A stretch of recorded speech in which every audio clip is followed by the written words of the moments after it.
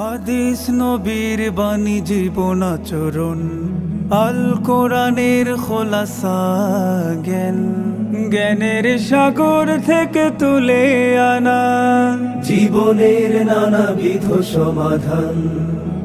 হাদিসে ঈমান বোঝা, কর্মনীতি বোঝা, সমগ্র জীবনের মর্ম ভাষা।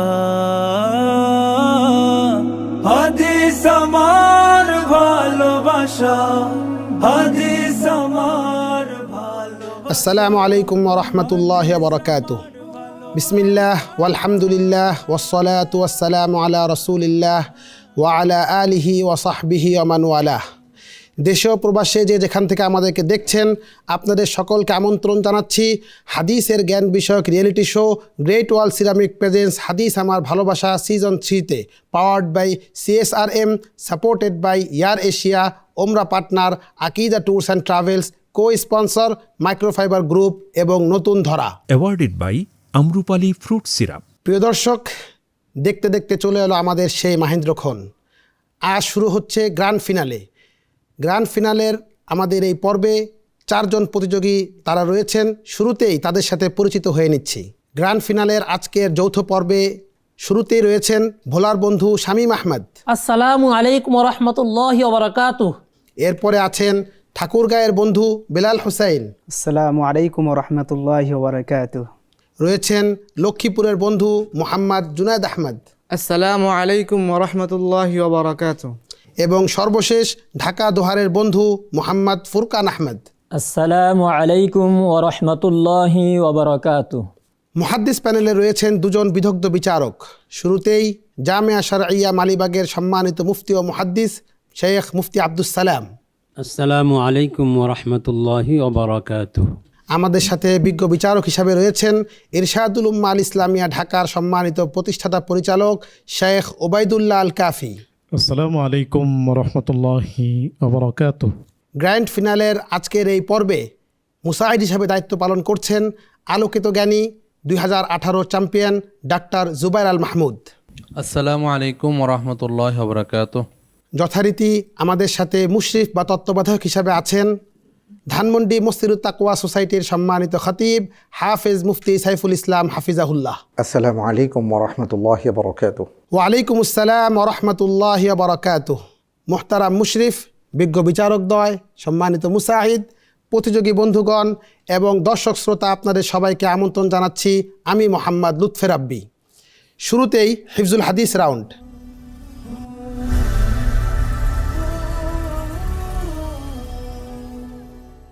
এই রাউন্ডে আমাদের প্রত্যেক প্রতিযোগী 8টি করে হাদিস মুখস্থ এবং 2টি হাদিসের ভাবানুবাদ শোনাবেন।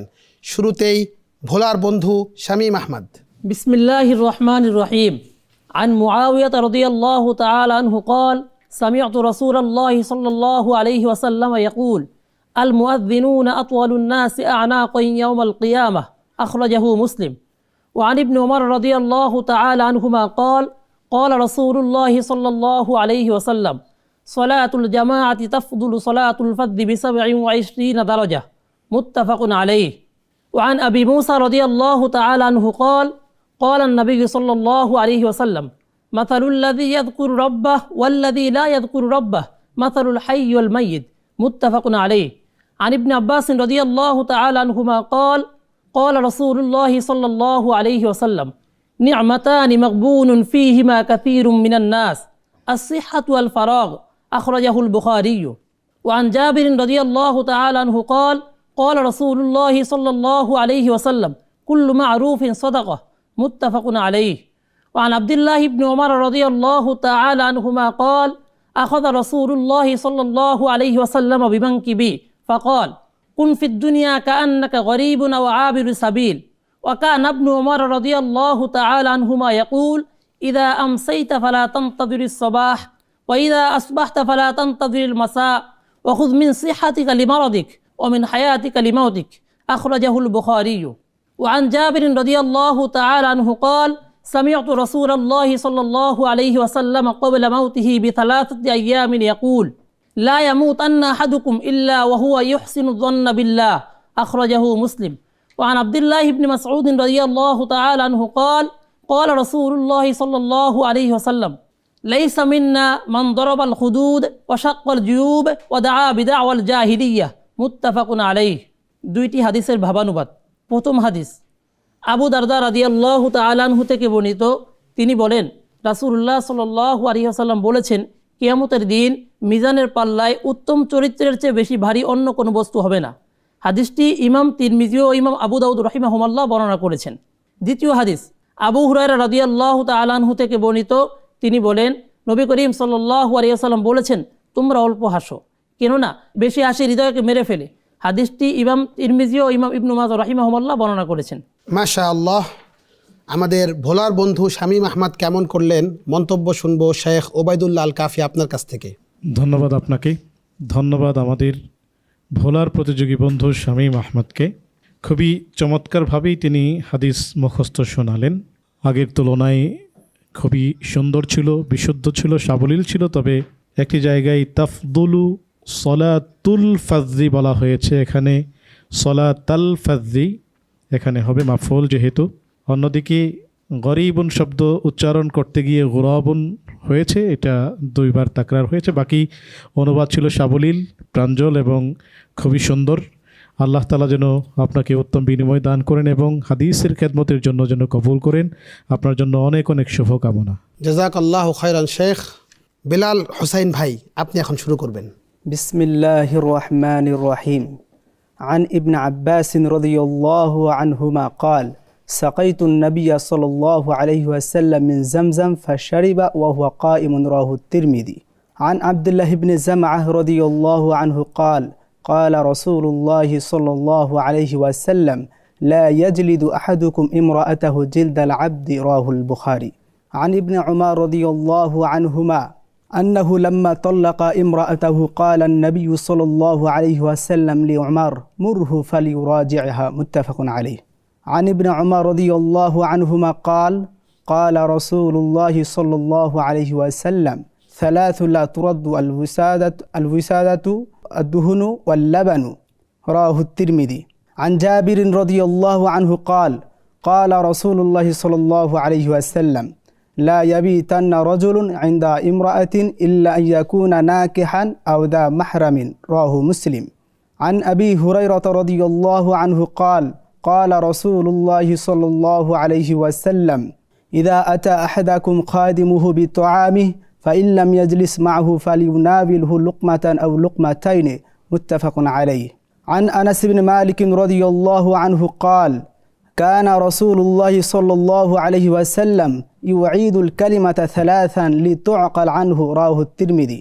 عن ابن مسعود رضي الله عنه قال قال رسول الله صلى الله عليه وسلم لا يحل دم امرئ مسلم يشهد أن لا إله إلا الله وأني رسول الله إلا بإحدى ثلاث الثيب الزاني والنفس بالنفس والتارك لدينه المفارق للجماعة متفق عليه.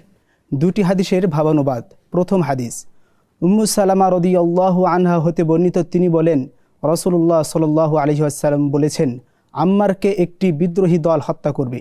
হাদিসটি ইমাম মুসলিম রাহিমাহুল্লাহ বর্ণনা করেছেন। দ্বিতীয় হাদিস ইবনে আব্বাস রাদিয়াল্লাহু আনহুমা হতে বর্ণিত তিনি বলেন রাসূলুল্লাহ সাল্লাল্লাহু আলাইহি ওয়াসাল্লাম বলেছেন যে ব্যক্তি তার দিন পরিবর্তন করবে অর্থাৎ মুরতাদ হবে তোমরা তাকে হত্যা করে ফেলবে। হাদিসটি ইমাম বুখারী রাহিমাহুল্লাহ বর্ণনা করেছেন। মাশাআল্লাহ। আমরা মন্তব্য শুনবো শেখ মুফতি আব্দুস সালাম আপনার কাছ থেকে। ধন্যবাদ আপনাকে, ধন্যবাদ ঠাকুরগাঁয়ের প্রতিযোগী বেলাল হোসেনকে। তিনি সাবলীলভাবেই সুন্দর উপস্থাপনায় হাদিসগুলো শুনিয়েছেন। তবে দ্বিতীয় হাদিসের মধ্যে লা ইয়াজিলুদু আহাদুকুম ইমরাআতাহু, এখানেও হামজা ওয়াসলকে হামজায় কাতঈ পড়েছেন। দ্বিতীয় হাদিসের মধ্যে আন্না ইবনে উমর তাল্লাকা ইমরাআতাহু নয় তাল্লাকা ইমরাআতাহু। তৃতীয় হাদিসের মধ্যে সালাসুন লা তুরাদ্দু আল ওয়াসাদাতু আল ওয়াসাইদু, এখানে বলতে গিয়ে বারংবার আপনি আড়ষ্টতার শিকার হয়েছেন। এই পর্যায়ে আজকের জন্য অন্তত এটা কাম্য ছিল না। পঞ্চম হাদিসের মধ্যে লা ইয়াবিতান্না রাজুলুন ইনদা, আবারও ইমরাআতিন পড়েছেন লা ইয়াবিতান্না রাজুলুন ইনদা ইমরাআতিন ইল্লা ইয়াকুনা নাকিহান আও যা মাহরামিন। এভাবে বললে আজকের পর্বটা সুন্দর হতো। ষষ্ঠ হাদিসের মধ্যে ইদা আতা আহাদাকুম খাদিমুহু সেখানে এরপরে আছে যে ফাইন লাম ইউজলিসহু মাহু, এখানে আপনি লাম ইয়াজলিসু পড়েছেন, এটা বাবে ফাল থেকে লাম ইউজলিসু হবে। এবং 8 নম্বর হাদিসে যথারীতি আন ইবনে মাসউদ না বলে আপনি আন ইবনে মাসউদিন, এটা অন্তত আজকের পর্যায়ে দৃষ্টিকটি মনে হচ্ছে। এই বিষয়গুলো ভবিষ্যতে শুধরে নেবেন ইনশাআল্লাহ। বাকি পারফরমেন্স সুন্দর হয়েছে, আপনার জন্য কল্যাণ কামনা করছি। ধন্যবাদ আপনাকে। আমাদের তৃতীয় প্রতিযোগী লক্ষ্মীপুরের বন্ধু মোহাম্মদ জুনায়েদ আহমদ, আপনি আমাদেরকে 8টি হাদিসের মুখস্থ এবং 2টি হাদিসের ভাবানুবাদ শোনাবেন। বিসমিল্লাহির রহমানির রহিম। عن عبد الله بن عمر رضي الله تعالى عنهما عن النبي صلى الله عليه وسلم قال: بني الإسلام على 5: شهادة أن لا إله إلا الله وأن محمدا عبده ورسوله وإقام الصلاة وإيتاء الزكاة وحج البيت وصوم رمضان. متفق عليه. عن عبد الله بن عباس رضي الله تعالى عنهما عن النبي صلى الله عليه وسلم قال: اتق دعوة المظلوم فإنه ليس بينها وبين الله حجاب. رواه البخاري. عن أبي هريرة رضي الله تعالى عنه عن النبي صلى الله عليه وسلم قال: إن الله لا ينظر إلى أجسادكم ولا إلى صوركم ولكن ينظر إلى قلوبكم. رواه مسلم.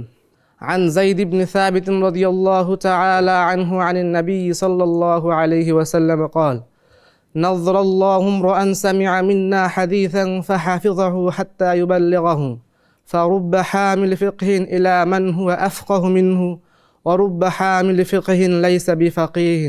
رواه أبو داود. عن ثوبان رضي الله تعالى عنه عن النبي صلى الله عليه وسلم قال: إنما أخاف على أمتي الأئمة المضلين. رواه الترمذي. عن جابر بن عبد الله رضي الله تعالى عنهما عن النبي صلى الله عليه وسلم قال: جعلت لي الأرض مسجدا وطهورا. متفق عليه. عن أبي هريرة رضي الله تعالى عنه عن النبي صلى الله عليه وسلم قال: تهادوا تحابوا. رواه البخاري. عن عائشة رضي الله تعالى عنها عن النبي صلى الله عليه وسلم قال: ركعة الفجر خير من الدنيا وما فيها. رواه مسلم. দুটি হাদিসের ভাবানুবাদ। হযরত আবু হুরায়রা রাদিয়াল্লাহু তাআলা আনহু সূত্রে বর্ণিত, রাসূলুল্লাহ সাল্লাল্লাহু আলাইহি ওয়াসাল্লাম বলেছেন, আমি কিয়ামতের দিন মানবকুলের সর্দার হব। হাদিসটি ইমাম বুখারী ও মুসলিম রাহিমাহুমাল্লাহ তাদের স্বীয় সহিহ গ্রন্থে উল্লেখ করেন। দ্বিতীয় হাদিস, আব্দুল্লাহ বিন ওমর রাদিয়াল্লাহু তাআলা আনহু সূত্রে বর্ণিত, রাসূলুল্লাহ সাল্লাল্লাহু আলাইহি ওয়াসাল্লাম বলেছেন, যে ব্যক্তি আসরের পূর্বে 4 রাকাত নামাজ পড়বে, আল্লাহ তাআলা তার উপর রহম করুক। হাদিসটি ইমাম মুসলিম রাহিমাহুল্লাহ তার স্বীয় সহিহ গ্রন্থে উল্লেখ করেন। মাশাআল্লাহ। শেখ ওবায়দুল্লাহ আল কাফি, কেমন করলেন আমাদের বন্ধু জুনায়েদ আহমদ? ধন্যবাদ আপনাকে, ধন্যবাদ আমাদের লক্ষ্মীপুরের প্রতিযোগী বন্ধু জুনায়েদ আহমদকে। খুবই সুন্দরভাবে, নির্ভুল এবং সাবলীলভাবেই তিনি হাদিসগুলো মুখস্থ শোনালেন। আমরা ত্রুটি পাইনি আলহামদুলিল্লাহ, এবং অনুবাদ খুবই সুন্দরভাবেই তিনি যথার্থভাবেই অনুবাদটি করলেন। আপনার জন্য অনেক অনেক শুভকামনা। জাযাকুমুল্লাহ। আমাদের সর্বশেষ প্রতিযোগী ঢাকা দোহারের বন্ধু ফুরকান আহমদ, আপনি শুরু করুন। عن أنس رضي الله تعالى عنه قال: قال رسول الله صلى الله عليه وسلم: لغدوة في سبيل الله أو روحة خير من الدنيا وما فيها. متفق عليه. عن أنس رضي الله تعالى عنه قال: قال رسول الله صلى الله عليه وسلم: البركة في نواصي الخيل. متفق عليه. عن سهل بن سعد رضي الله تعالى عنه قال: قال رسول الله صلى الله عليه وسلم: رباط يوم في سبيل الله خير من الدنيا وما عليها. أخرجه البخاري. عن سهل بن حنيف رضي الله تعالى عنه قال: قال رسول الله صلى الله عليه وسلم: من سأل الله الشهادة بصدق بلغه الله منازل الشهداء وإن مات على فراشه. أخرجه مسلم. عن أبي هريرة رضي الله تعالى عنه قال: قال رسول الله صلى الله عليه وسلم: الدنيا سجن المؤمن وجنة الكافر أخرجه مسلم. عن أبي هريرة رضي الله تعالى عنه قال قال رسول الله صلى الله عليه وسلم من صلى علي واحدة صلى الله عليه 10 أخرجه مسلم. عن عمر بن الخطاب رضي الله تعالى عنه قال قال رسول الله صلى الله عليه وسلم إن الله يرفع بهذا الكتاب أقواما ويضع به آخرين أخرجه مسلم. عن ابن عمر رضي الله تعالى عنهما قال قال رسول الله صلى الله عليه وسلم إن أبر البر أن يصل الرجل أهل ود أبيه أخرجه مسلم. দুটি হাদিসের বাবানুবাদ। প্রথম হাদিস হযরত আবু হুরায়রা রাদিয়াল্লাহু তাআলা আনহু থেকে বর্ণিত, রাসূলুল্লাহ সাল্লাল্লাহু আলাইহি ওয়াসাল্লাম বলেছেন, তোমাদের যে কোনো ব্যক্তির দোয়া কবুল হয় যতক্ষণ না সে তাড়াহুড়া করে। সে বলে আমি দোয়া তো করলাম কিন্তু আমার দোয়া কবুল হলো না। হাদিসটি ইমাম বুখারী রাহিমাহুল্লাহ তার আদাবুল মুফরাদ গ্রন্থে উল্লেখ করেছেন। দ্বিতীয় হাদিস আবু মাসউদ আল বদরি রাদিয়াল্লাহু তাআলা আনহু থেকে বর্ণিত, রাসূলুল্লাহ সাল্লাল্লাহু আলাইহি ওয়াসাল্লাম বলেছেন, কোনো ব্যক্তি সোয়াবের আশায় তার পরিবার পরিজনের উপর যা খরচ করে ব্যয় করে তা দান সদকা হিসাবে গণ্য হয়। হাদিসটি ইমাম বুখারী ও মুসলিম রহিমাহুমুল্লাহ তাদের সহিহ গ্রন্থে উল্লেখ করেছেন। মাশা আল্লাহ। আমাদের ঢাকা দোহারের বন্ধু ফোরকান আহমদ কেমন করলেন জানাবেন শেখ মুফতি আব্দুস সালাম। ধন্যবাদ আপনাকে, ধন্যবাদ আজকের গ্র্যান্ড ফিনালের প্রতিযোগী ঢাকা দোহারের ফোরকান আহমদকে সুন্দর সাবলীল উপস্থাপনায় হাদিসগুলো মুখস্থ শুনিয়ে দেওয়ার জন্য। আলহামদুলিল্লাহ সুন্দর হয়েছে, তবে শেষ দিকে এসে কিছুটা আড়ষ্টতা। 8 নম্বর হাদিসে আন ইবনে ওমর রাদিয়াল্লাহু তাআলা আনহুমা ক্বালা ক্বালা রাসূলুল্লাহ সাল্লাল্লাহু আলাইহি ওয়াসাল্লাম বললেও হয়ে যাবে, কিন্তু শীতে আর রাসূলুল্লাহ সাল্লাল্লাহু আলাইহি ওয়াসাল্লাম রয়েছে। এবং ভাবানুবাদের ক্ষেত্রে শেষ হাদিসে যে ব্যক্তি সোয়াবের আশায় পরিবার পরিজনের উপরে খরচ করে, আসলে হাদিসের মধ্যে আলা আহলিহি মান আনফাকা আলা আহলিহি ইয়াহতাসিবুহা, আলা শব্দের কারণে উপর তর্জমা করতে হবে এমন কথা নয়, পরিবারের জন্য ব্যয় করা, আলা জন্য অর্থও ব্যবহার হবে। ধন্যবাদ, সর্বোপরি সুন্দর হয়েছে, আপনার জন্য শুভ কামনা করছি। প্রিয় দর্শক, হিফজুল হাদিস রাউন্ডের দ্বিতীয় অংশে এবার আমাদের প্রত্যেক প্রতিযোগীকে 4টি করে মৌলিক প্রশ্ন করবেন আমাদের বিচারকদ্বয়। শুরুতেই ভোলার বন্ধু শামীম আহমদকে 2টি প্রশ্ন করবেন শেখ ওবায়দুল্লাহ আল কাফি। হাদিসে এসেছে মাল মুজিবাতান, এর দ্বারা কি বোঝানো হয়েছে? জাবের রাদিয়াল্লাহু তাআলা আনহু থেকে বর্ণিত হাদিস, এক ব্যক্তি নবীর কাছে আসলেন, এসে বললেন যে মাল মুজিবাতান অর্থাৎ 2টি আবশ্যককারী বা ওয়াজিবকারী বিষয় কি? তখন নবীজি উত্তর দিয়েছেন, মান মাতা লা ইশরিকু বিল্লাহি শাইআন দাখালাল জান্নাহ ওয়া মান মাতা ইশরিকু বিল্লাহি শাইআন দাখালান নার। যে ব্যক্তি আল্লাহর সাথে কোনো কিছুকে শরীক না করে মৃত্যুবরণ করবে সে জান্নাতে প্রবেশ করবে, আর যে ব্যক্তি আল্লাহর সাথে শিরিক করে মৃত্যুবরণ করবে সে জাহান্নামে প্রবেশ করবে। অর্থাৎ শিরক থেকে বেঁচে থাকা এটা হচ্ছে জান্নাতে যাওয়ার, জান্নাতকে আবশ্যককারী, আর কেউ শিরকে জড়িয়ে পড়লে এটা হলো জাহান্নামকে আবশ্যককারী।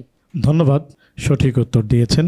আমার তরফ থেকে দ্বিতীয় প্রশ্ন, হাদিসে এসেছে কান্নাকা গরিবুন, এই গরিবুন শব্দের অর্থ কি? গরিব শব্দের অর্থ হলো প্রবাসী বা ভিনদেশী।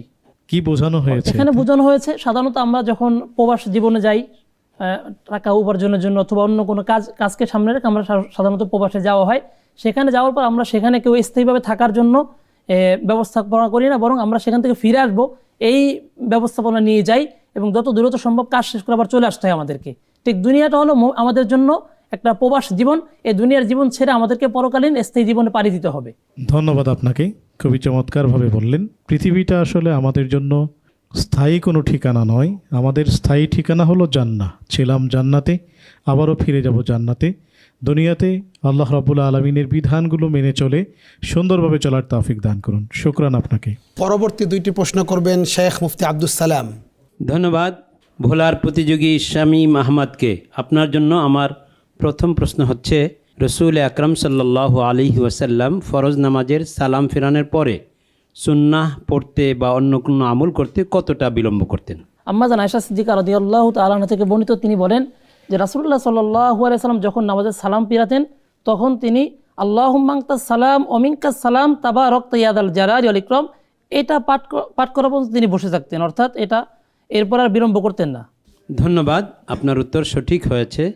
রসুল আকরম সাল্লাল্লাহু আলাইহি ওয়াসাল্লাম ফরজ নামাজের সালাম ফেরানোর পরে আল্লাহুম্মা আনতাস সালাম ওয়া মিনকাস সালাম তাবারাকতা ইয়া যাল জালালি ওয়াল ইকরাম এইটুকুন বলে সুন্নাহ আমল শুরু করতেন।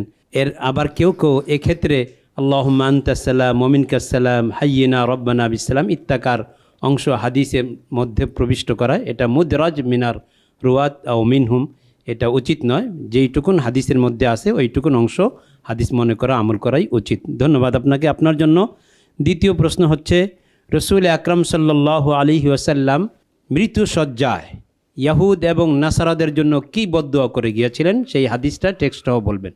عن عائشة رضي الله تعالى عنها قالت قال رسول الله صلى الله عليه وسلم في مرضه الذي لم يقم منه لعن الله اليهود والنصارى اتخذوا قبور أنبيائهم مساجدا متفق عليه।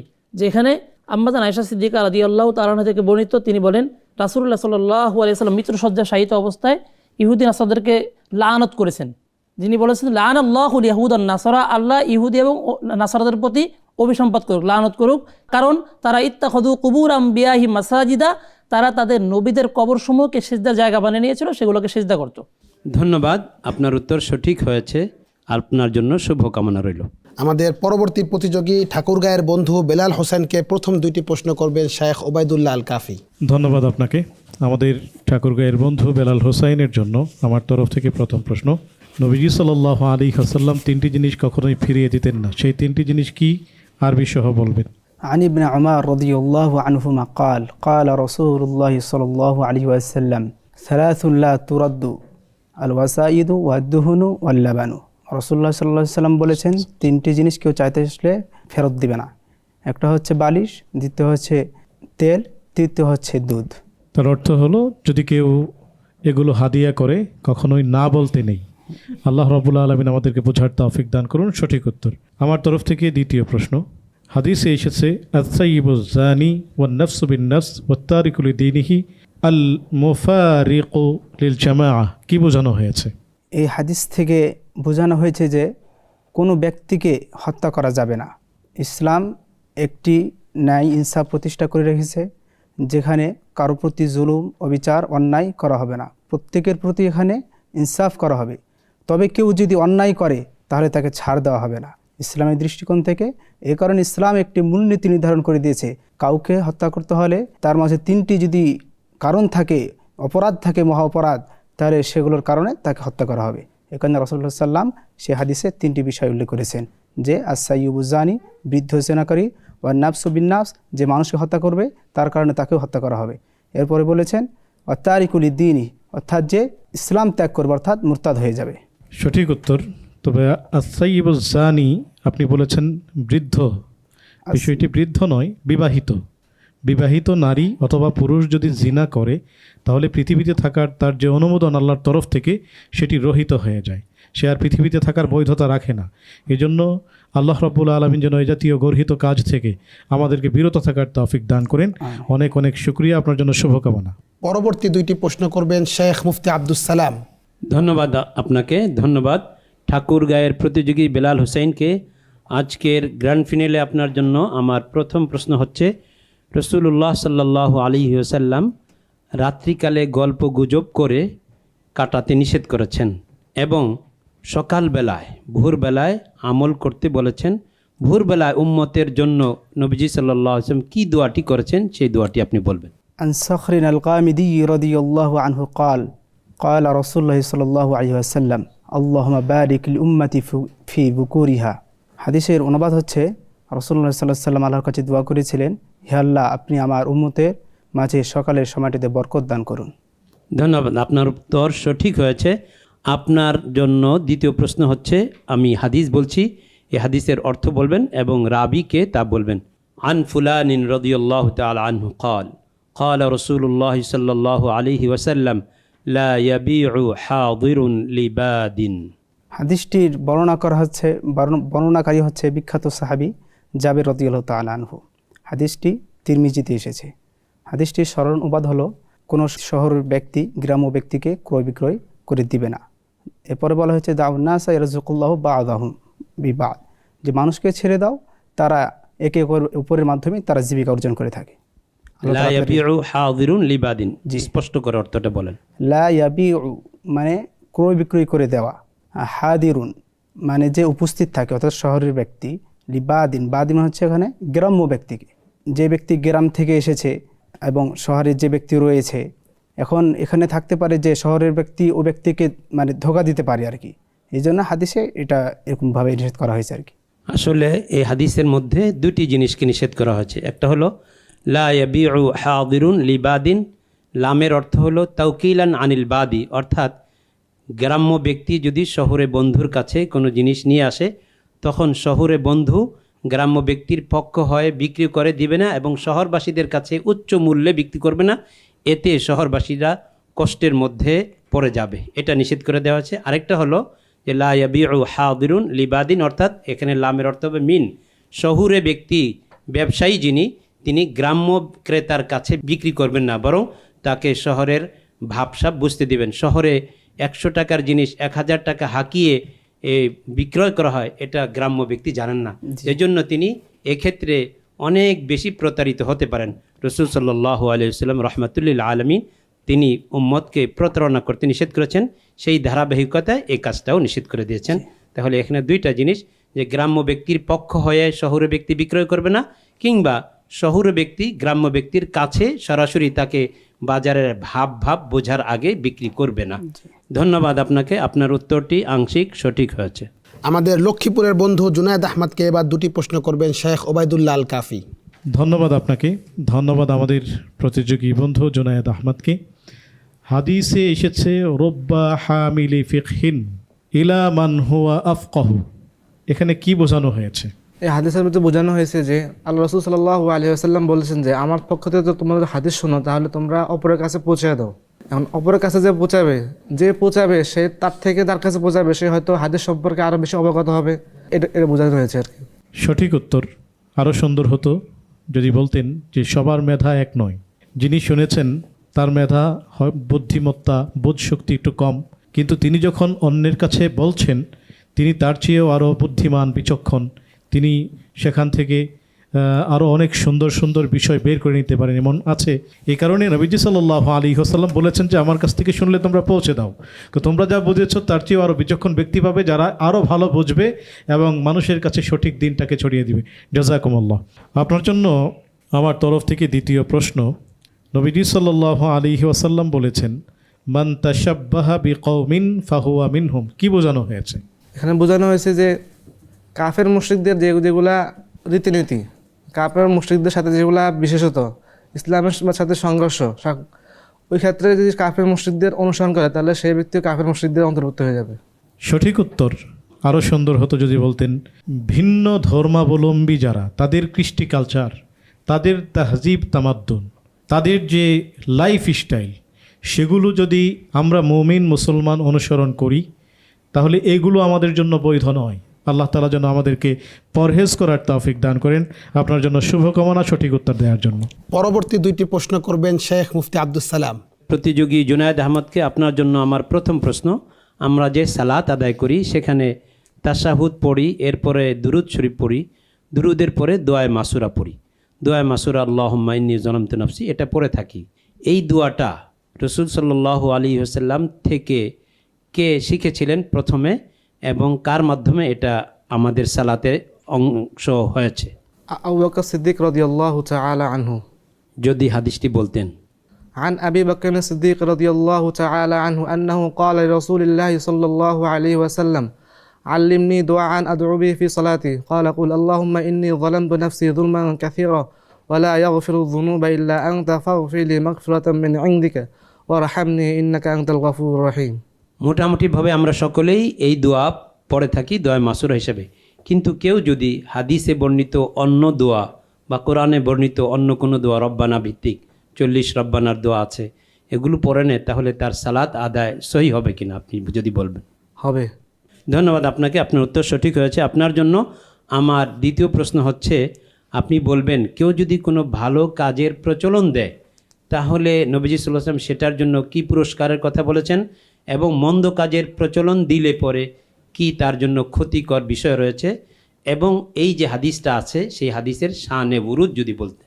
عن جرير بن عبد الله رضي الله تعالى عنه عن النبي صلى الله عليه وسلم قال من سن في الإسلام سنة حسنة كان له أجرها وأجر من عمل بها بعده من غير أن ينقص من أجورهم شيء ومن سن في الإسلام سنة سيئة كان عليه وزرها ووزر من عمل بها من بعده من غير أن ينقص من أوزارهم شيء। রাসূলুল্লাহ সাল্লাল্লাহু আলাইহি ওয়াসাল্লাম বলেছেন, যে ব্যক্তি কোনো একটি ভালো কাজের প্রচলন করে ঘটায়, তাহলে সে ওই প্রচলন সে নিজে আমল করলে যে সওয়াব পাবে, এমন অন্য যে আমল করলে সেও সওয়াব পাবে, তার অংশ সওয়াবের অংশ পাবে, তবে তার অংশ থেকে কোনো কিছু কমানো হবে না। মানে অর্থাৎ যে ব্যক্তি কোনো একটা ভালো কাজের প্রচলন ঘটায় এবং ওই ভালো কাজটা অন্য একজন করে, তাহলে ওই অপরজন যে কাজটা ভালো কাজটা করলো, প্রথম যে কাজটা শুরু করলো, ওই দ্বিতীয় ব্যক্তির সওয়াবের অংশ প্রথম ব্যক্তি পাবে, তবে দ্বিতীয় ব্যক্তির সওয়াব থেকে কোনো অংশ কমানো হবে না। তদ্রূপ যে ব্যক্তি কোনো খারাপ কাজের প্রচলন ঘটায়, তাহলে সেই খারাপ কাজের গুনাহ তার নিজেরও হবে এবং পরবর্তীতে যদি কেউ ওই খারাপ কাজটা করে, তাহলে ওই ব্যক্তির যে গুনাহ হবে তার ওই গুনাহ থেকে ওই প্রথম ব্যক্তি যে চালু করছে উনিও গুনাহ অংশ পাবে, তবে দ্বিতীয় ব্যক্তি যে আমল করছে তার গুনাহ থেকে কোনো কিছু কমানো হবে না। অর্থাৎ প্রত্যেকে তার গুনাহ অংশ পাবে আর কি, বাকি কারো অংশ থেকে কোনোটা কমানো হবে না। ধন্যবাদ আপনাকে, আপনার উত্তর সঠিক হয়েছে। আমাদের আজকের সর্বশেষ প্রতিযোগী ফুরকান আহমদ আপনাকে প্রথম দুটি প্রশ্ন করবেন শেখ ওবায়দুল্লাহ আল কাফি। ধন্যবাদ আপনাকে। আমাদের ঢাকা দোহারের ফুরকান আহমদের জন্য প্রথম প্রশ্ন আমার তরফ থেকে। নবীজি সাল্লাল্লাহু আলাইহি ওয়াসাল্লাম বলেছেন, আল বারাকাতু ফি নওয়াসিল খাইলি, কি বোঝানো হয়েছে এতে?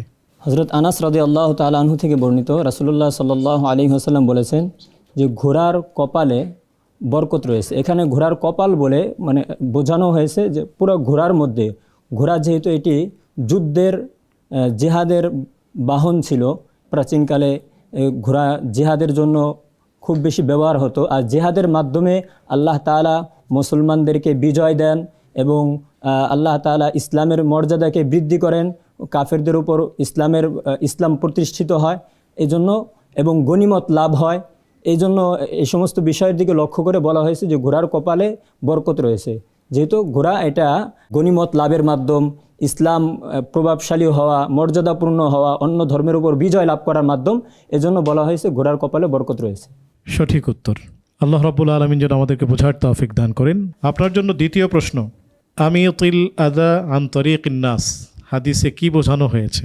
আবু বারজা আল আসলামী রাদিয়াল্লাহু তাআলা আনহু থেকে বর্ণিত, রাসূলুল্লাহ সাল্লাল্লাহু আলাইহি ওয়াসাল্লামকে তিনি বলেছেন যে আমাকে এমন একটি কাজের কথা বলে দিন, যে কাজটি যদি আমি করি তাহলে আমাকে জান্নাতে পৌঁছে দিবে। তখন আল্লাহ রাসূল সাল্লাল্লাহু আলাইহি ওয়াসাল্লাম বলেছেন যে তুমি রাস্তা থেকে কষ্টদায়ক বস্তুকে সরিয়ে দাও। দেখা যায় মানুষের রাস্তা চলাচলের সময় অনেকে অনেক কিছু ফেলে রাখে, যেমন কলার খোসা ইত্যাদি, এগুলো কারণে দেখা যায় জিনিসটা ক্ষুদ্র, কলার খোসা একটা ক্ষুদ্র জিনিস, কিন্তু এর কারণে দেখা যায় যে একজন মানুষ অ্যাক্সিডেন্ট করতে পারে বেখেয়ালে চলাচলের কারণে। তো এটা সরিয়ে দেওয়া একটা বড় সওয়াবের কাজ, এটা ক্ষুদ্রতম কোনো বিষয় না। সঠিক উত্তর। আল্লাহ রাব্বুল আলামিন আমাদেরকে সেই তৌফিক দান করুন। ধন্যবাদ আপনাকে। পরবর্তী দুইটি প্রশ্ন করবেন শেখ মুফতি আব্দুস সালাম। আপনার জন্য আমার প্রথম প্রশ্ন হচ্ছে, রাসূলুল্লাহ সাল্লাল্লাহু আলাইহি ওয়াসাল্লাম সাহাবীদের একটি দল সম্পর্কে বলেছেন, তাদের প্রতি মহাব্বত ঈমানের অংশ, তাদের প্রতি ঘৃণা মুনাফিকি আলামত। কাদের কথা বলা হয়েছে? যদি আপনি হাদিসটার আরবি টেক্সট সহ আমাদেরকে শোনাতেন। عن أنس رضي الله تعالى عنه قال قال رسول الله صلى الله عليه وسلم آية المنافق بغض الأنصار وآية المؤمن حب الأنصار মুত্তাফাকুন আলাইহি। হযরত আনাস বিন মালিক রাদিয়াল্লাহু তাআলা আনহু থেকে বর্ণিত, রাসূলুল্লাহ সাল্লাল্লাহু আলাইহি ওয়াসাল্লাম বলেছেন, আনসারদের প্রতি বিদ্বেষ পোষণ করা এটা মুনাফিকের লক্ষণ, আনসারদেরকে মহব্বত করা এটা ঈমানের লক্ষণ, মুমিনের লক্ষণ। ধন্যবাদ, আপনার উত্তরটি সঠিক হয়েছে। আসলে আনসাররা মুসলমানদের ইতিহাসে একটা বৃহৎ অংশ জুড়ে স্মরণীয় হয়ে আছেন, এজন্য যে তারা রসুল সাল্লাল্লাহু আলাইহি ওয়াসাল্লামকে শুধু মদিনাতুর রসুলে আহ্বান জানিয়েই ক্ষান্ত হননি, বরং নিজেদের সর্বকিছু বিলিয়ে, এমনকি কেউ কেউ একথাও বলেছিলেন, সাদ ইবনে রবি রাদিয়াল্লাহু তাআলা আনহু হযরত সালমান ফারসি রাদিয়াল্লাহু তাআলা আনহুকে বলেছিলেন, আমার দুইজন স্ত্রী, তার মধ্যে যাকে আপনার পছন্দ হবে আমি বলবেন, তাকে আমি ছেড়ে দেব, তালাক দিয়ে দেব, আপনি তাকে গ্রহণ করবেন। এই রকম কুরবানি, আত্মোৎসর্গ কোনো মুসলমান ভাইয়ের জন্য পৃথিবীতে কেউ দ্বিতীয়বার দেখাতে পারেনি আর পারবেও না। এজন্য রাসূলুল্লাহ সাল্লাল্লাহু আলাইহি ওয়াসাল্লাম আনসারদেরকে ভালোবাসতে বলেছেন। আমরাও সাহাবেদের ভালোবাসার মাধ্যমে আল্লাহ রসুলের সেই বাতানো পথে হেঁটে এই রমাদানের শেষ বেলায় জান্নাতের কাঙ্ক্ষিত স্বপ্নের দিকে এগোতে পারি। আল্লাহ পাক আমাদেরকে তৌফিক দান করুন। আপনার জন্য আমার দ্বিতীয় প্রশ্ন হচ্ছে, রাসূলুল্লাহ সাল্লাল্লাহু আলাইহি ওয়াসাল্লাম সাজদার মধ্যে একটা বিশেষ প্রাণীর সাদৃশ্যতা অবলম্বন করতে নিষেধ করেছেন। সেই প্রাণীটার নাম কি এবং হাদিসটার আরবি টেক্সট সহ বুঝিয়ে দেবেন। عن أنس رضي الله تعالى عنه قال قال رسول الله صلى الله عليه وسلم اعتدلوا في السجود ولا يبسط أحدكم ذراعيه انبساط الكلب। হযরত আনাস রাদিয়াল্লাহু তাআলা আনহু থেকে বর্ণিত, রাসূলুল্লাহ সাল্লাল্লাহু আলাইহি ওয়াসাল্লাম বলেছেন যে তোমরা সিজদার মধ্যে স্থির থাকো, অর্থাৎ সিজদার মধ্যে কপাল, নাক এবং হাত জমিনে রেখে উভয় হাতকে উঠিয়ে সেজদা করো। কুকুর যেমনিভাবে একেবারে উভয় হাত বিছিয়ে দিয়ে সে বসে থাকে, সেভাবে তোমরা সেজদা করো না, হাতকে উঠানো থাকবে এবং পাজর বাহু থেকে পৃথক থাকবে সেজদার মধ্যে। ধন্যবাদ, আপনার উত্তর সঠিক হয়েছে। আসলে এই হাদিসের মধ্যে রাসূল সাল্লাল্লাহু আলাইহি ওয়াসাল্লাম সাজদায় হাতগুলো একেবারে বুকের সাথে বা উরুর সাথে মিলিয়ে মহিলাদের ন্যায় সাজদা করতে এবং কুকুরের ন্যায় সাজদা করতে নিষেধ করে দিয়েছেন। রাসূল সাল্লাল্লাহু আলাইহি ওয়াসাল্লাম পুরুষদের সাজদা এবং মহিলাদের সাজদার মধ্যে একটা পার্থক্য বর্ণনা করেছেন, যে পুরুষের সাজদা হবে জমিন থেকে তার শরীরটা এমন দূরত্বে থাকবে, লাউ আন্না বুহমাতান আরাদাত আন তামুররা লামাররাত, যদি একটা ছোট্ট ছাগল ছানা চলে যেতে চায় তাহলে নিজ দিয়ে চলে যেতে পারবে। আর মহিলাদের ক্ষেত্রে বলা হয়েছে যে ইহতাফিজনা কামা ইয়াহতাফিজুস সাআলিব, তোমরা শ্রীগাল যেমন জড়সড় হয়ে থাকে এইভাবে জড়সড় হয়ে জমিনের সাথে লেগে সাজদা দাও। ধন্যবাদ আপনাকে, আপনার উত্তর সঠিক হয়েছে। আপনার জন্য শুভ কামনা রইল। জাযাকাল্লাহু খাইরান শেখ। প্রিয় দর্শক, শেষ হলো হিফজুল হাদিস রাউন্ড। প্রতিযোগিতার এই পর্যায়ে শুরু করব বাজ্জার রাউন্ড।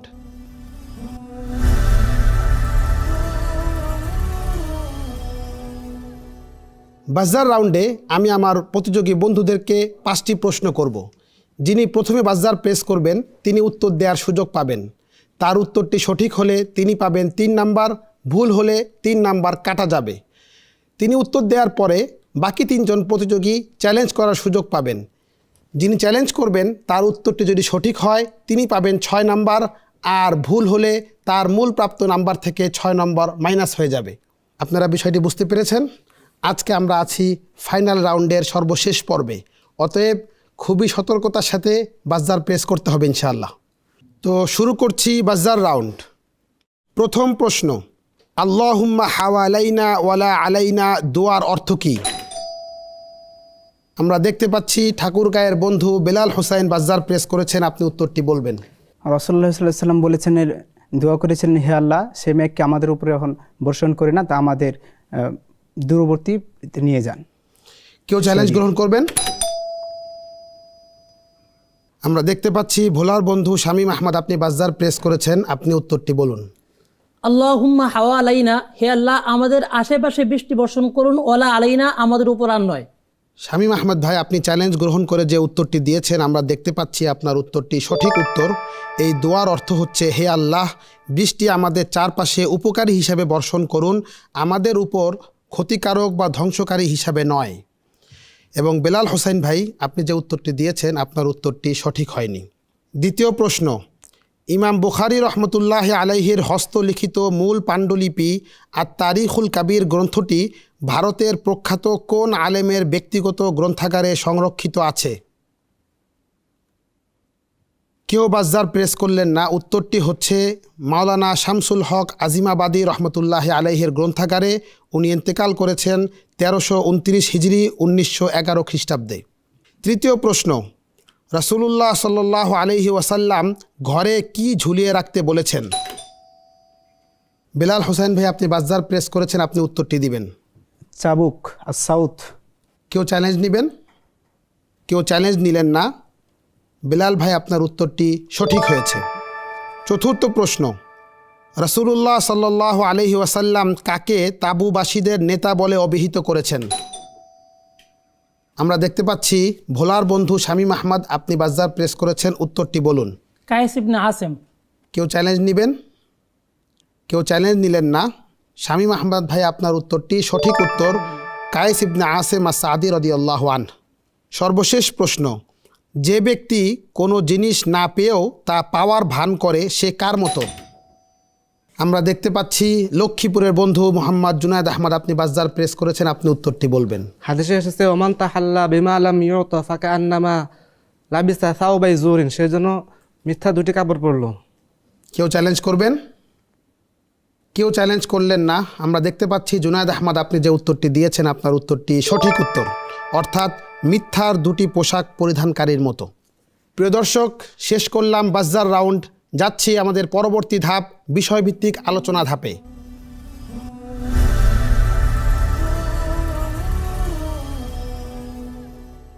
এই পর্যায়ে আমাদের সম্মানিত মুসাইদ তার সামনে থাকা জার থেকে একটি করে কুপন তুলবেন, যাতে আমাদের প্রত্যেক প্রতিযোগীর জন্য থাকবে একটি করে বিষয় এবং তারা তার জন্য নির্ধারিত বিষয়ে কোরআন ও সুন্নাহর আলোকে 2 মিনিট আলোচনা করবেন ইনশাআল্লাহ।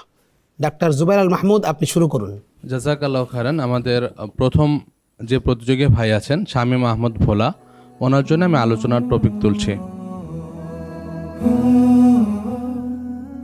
আপনার আলোচনার টপিক সম্পদের অপচয় নিষিদ্ধ। সম্পদের অপচয় নিষিদ্ধ। কোরআন এবং সুন্নাহর আলোকে 2 মিনিটের মধ্যে আপনার আলোচনা শেষ করবেন। আলহামদুলিল্লাহ ওয়াহদাহু ওয়াসসালাতু ওয়াসসালামু আলা মান লা নাবিয়্যা বা'দাহু, আম্মা বা'দ। ফাআউযু বিল্লাহি মিনাশ শাইতানির রাজীম। ওয়ালা তুবাযযির তাবযীরা ইন্নাল মুবাযযিরিনা কানু ইখওয়ানাশ শায়াতিন। وقال تعالى كلوا واشربوا ولا تسرفوا إن الله لا يحب المسرفين وقد قال النبي صلى الله عليه وسلم إن الله كره لكم 3 قيل قال وكثرة السؤال وإضاعة المال মুত্তাফাক আলাইহ। উপস্থিত সকলকে এবং সম্মানিত দর্শক শ্রোতা যারা আছেন সকলকে আন্তরিক শুকরিয়া জানিয়ে আমি আমার আলোচ্য বিষয়টি শুরু করছি। ইসলাম একটি পূর্ণাঙ্গ জীবন বিধান। ইসলামে মানুষের জীবনের ব্যক্তি জীবন থেকে নিয়ে শুরু করে প্রতিটা স্তরের সব সমাধান দেওয়া হয়েছে, দিক নির্দেশনা দেওয়া হয়েছে। ইসলামের অন্যতম গুরুত্বপূর্ণ একটি বিষয় হচ্ছে অপচয় বা অপব্যয়, এটা সম্পূর্ণ হারাম, নিষেধ। পবিত্র কোরআনে কারিমে আল্লাহ রাব্বুল আলামিন সূরা বানী ইসরাঈলে ইরশাদ করেছেন ওয়ালা তুবাযযির তাবযীরা ইন্নাল মুবাযযিরিনা কানু ইখওয়ানাশ শায়াতিন। এই আয়াতে আল্লাহ রাব্বুল আলামিন সরাসরি অপব্যয় করতে নিষেধ করেছেন এবং অপব্যয়কারীদেরকে শয়তানের ভাই হিসেবে উল্লেখ করেছেন। অর্থাৎ যে ব্যক্তি অপচয় করবে সে কেমন যেন শয়তানের ভাই হিসেবে গণ্য হবে। এছাড়া আল্লাহ রাব্বুল আলামিন পবিত্র কোরআনে কারিমে আরেকটি আয়াতে ইরশাদ করেছেন ওয়ালা কুলু ওয়াশরাবু ওয়ালা তুসরিফু, তোমরা খাও পান করো তবে তোমরা অপচয় করো না। ইন্নাল্লাহা লা ইউহিব্বুল মুসরিফিন, নিশ্চয় আল্লাহ সুবহানাহু ওয়া তাআলা অপচয়কারীদেরকে ভালোবাসেন না। এই আয়াত থেকে আমরা সরাসরি জানতে পারলাম যে অপচয় শুধু নিষিদ্ধ নয়, বরং যে ব্যক্তি অপচয় করবে আল্লাহ রাব্বুল আলামিন তাকে ভালোবাসবেন না। এছাড়া মুগীরা ইবনে শুবা রাদিয়াল্লাহু তাআলা আনহু থেকে বর্ণিত বিখ্যাত হাদিস, নবীজি বলেছেন আল্লাহ রাব্বুল আলামিন এই উম্মতের জন্য 3টা বিষয়কে অপছন্দ করেন। আল্লাহ তাআলা অসন্তুষ্ট এই 3টা কাজ করলে। একটা হচ্ছে কিল কাল, অর্থাৎ অনর্থক কথা বলা, ওয়াকাতারাতাস সুয়াল, অহেতুক প্রশ্ন করা, আর এই হাদিসের শেষে আছে ওয়াইদাআতাল মাল, সম্পদ অপচয় করা। অর্থাৎ এই সম্পদ অপচয় করলে আল্লাহ রাব্বুল আলামিন এটা অসন্তুষ্ট হন, আল্লাহ রাব্বুল আলামিন এটা অপছন্দ করেন।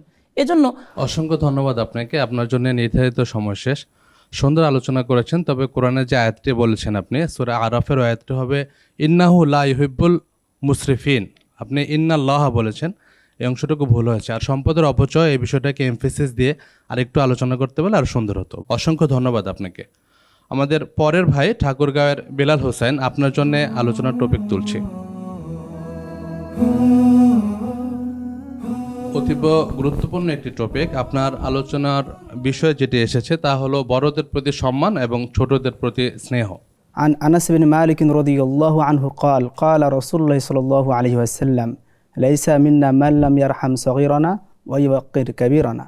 হাদিসের সরল অনুবাদ হচ্ছে যে সে আমাদের দলভুক্ত নয় যে বড়দের সম্মান করে না এবং ছোটদের স্নেহ করে না।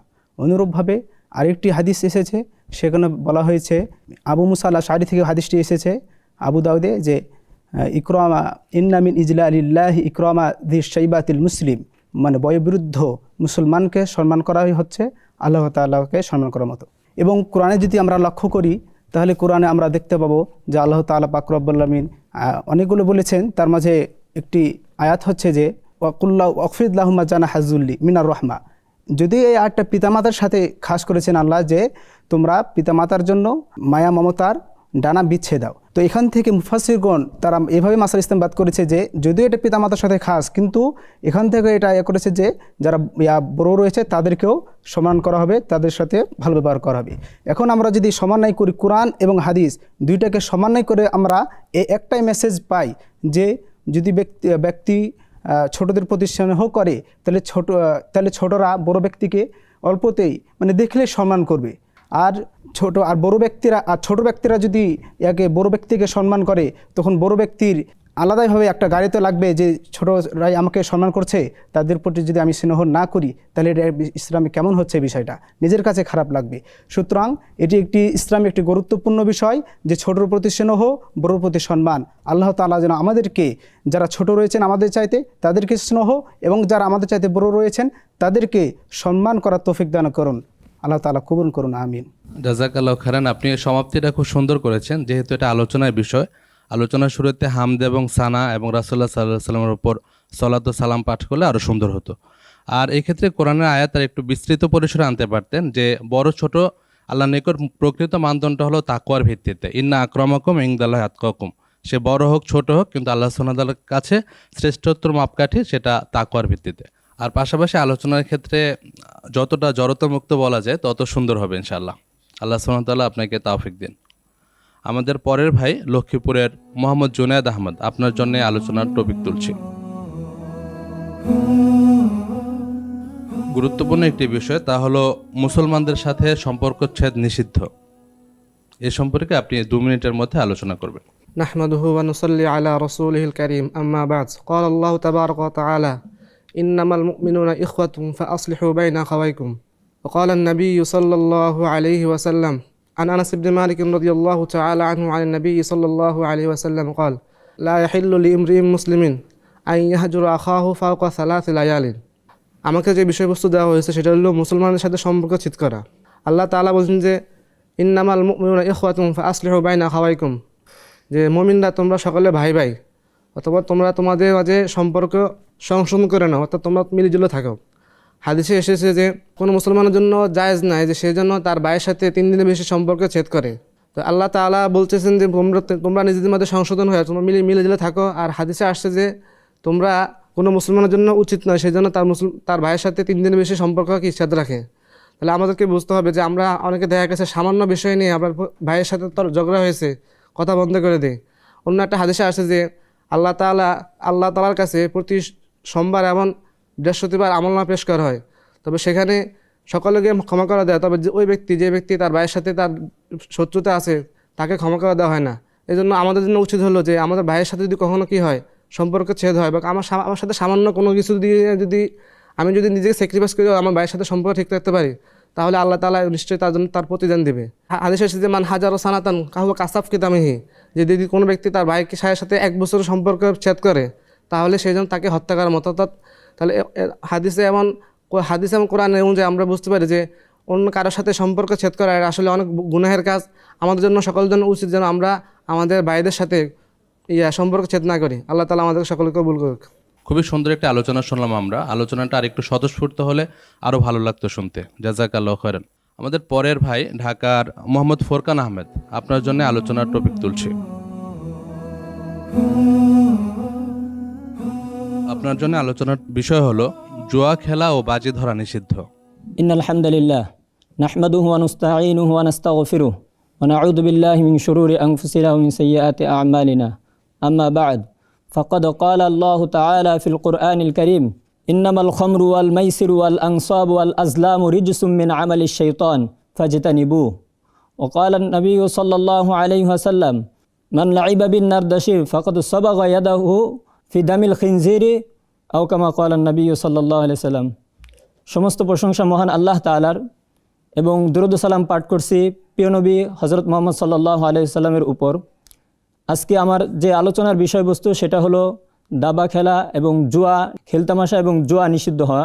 এ মর্মে মহান আল্লাহ তাআলা পবিত্র কোরআনে কারিমের মধ্যে বলেন ইন্নামাল খামরু আল মাইসিরু আল আনসাবু আল আজলামু, নিশ্চয় খমর, জুয়া এবং প্রতিমা এবং ভাগ্য নির্ধারণের ফলক, এই সবগুলো হচ্ছে যে রিজসুন নাপাকি, এটি অন্যায় বস্তু, ফাজতাইবুহু তোমরা এগুলি পরিহার করো। এজন্য কোরআনে কারিমের আয়াত থেকে আমরা বুঝতে পারি জুয়া এটা নাপাক, এটা নিন্দনীয় জিনিস, খারাপ জিনিস, এটা আমাদের কখনোই করা যাবে না। আবার এই মর্মে মহানবী সাল্লাল্লাহু আলাইহি সাল্লাম তার হাদিসের মধ্যে বলেন যে মান লাইবা বিন নারদাশির, যে ব্যক্তি জুয়া খেলে সে তার হাতকে যেন শুকুরের রক্তের মধ্যে চুবালো। তো এটা কত নিন্দনীয় একটি কথা যে শুকুরের রক্ত, এটা কত খারাপ জিনিস যে শুকুর মানুষের জন্য, মুসলমানের জন্য, এই উম্মতের জন্য শুকুর হারাম। এই হারাম জিনিসের মধ্যে নিজের হাতকে সে চুবাচ্ছে। তো এটা অত্যন্ত একটা খারাপ কাজ যে সের মধ্যে তার হাতকে ডুবালো। এই ধরনের খারাপ কাজে অগ্রসর হওয়া এটা আমাদের জন্য, মুমিনের জন্য কখনোই ঠিক হবে না। এজন্য আমি সকলকে উদাত্ত আহ্বান জানাবো যে আমরা যেন এই জুয়া, তারপর মন্দ খেলতামাশা এগুলো থেকে আমরা বিরত থাকি, আল্লাহ তাআলার দিকে ধাবিত হই। আল্লাহ তাআলা আমাদের সকলকে তৌফিক দান করুন। জাযাকাল্লাহু খায়রান। সুন্দর আলোচনা করেছেন। তো আলোচনার ক্ষেত্রে কোরআনের যে আয়াতটি ছিল সূরা মাইদার 90 নম্বর আয়াত, এটা পরিপূর্ণ করলে আরো ভালো হতো। আল্লাহ সুবহানাহু ওয়া তাআলা মুমিনদের উদ্দেশ্য করে বলেছেন, ইয়া আইয়ুহাল্লাযিনা আমানু, হে ঈমানদারগণ তোমরা মদ, জুয়া, প্রতিমা এবং ভাগ নির্ধারক শর্ত থেকে দূরে থাকো। সে বলা হচ্ছে ফাজতানিবুহু লাআল্লাকুম তুফলিহুন, অর্থাৎ তা থেকে তোমরা দূরে থাকো, আশা করা যায় তোমরা এর মাধ্যমে সফলকাম হবে। পাশাপাশি আলোচনার আরেকটা অংশ ছিল বাজি ধরা। এ সম্পর্কে আরেকটু বেশি আলোচনা শুনতে পারলে আরও ভালো লাগতো। আপনারা যে হাদিসের অংশগুলি বলেছেন এটা পরিপূর্ণভাবে আসেনি এবং টু দ্য পয়েন্ট হাদিসটা শুনতে পারলে ভালো লাগতো। আরও কিছু রেওয়ায়েত এসেছে যে দাবাতে বা জুয়া খেলায় অংশগ্রহণ করে সে আল্লাহ এবং তার রাসূলের বিরুদ্ধাচরণ করে, এই হাদিসটাও আসতে পারতো। অসংখ্য ধন্যবাদ আপনাকে। আপনাকে অনেক ধন্যবাদ ডাক্তার জুবায়ের আল মাহমুদ। প্রিয় দর্শক, শেষ হলো বিষয়ভিত্তিক আলোচনা সেগমেন্ট। গ্র্যান্ড ফিনালের আজকের পর্বে আমাদের 4 জন প্রতিযোগী জ্ঞানযুদ্ধে অবতীর্ণ হয়েছেন এবং তারা তাদের সর্বোচ্চ চেষ্টা দিয়ে পারফর্ম করে যাচ্ছেন। চলুন আজকের সর্বশেষ সেগমেন্ট ঝটপট রাউন্ড শুরু করি।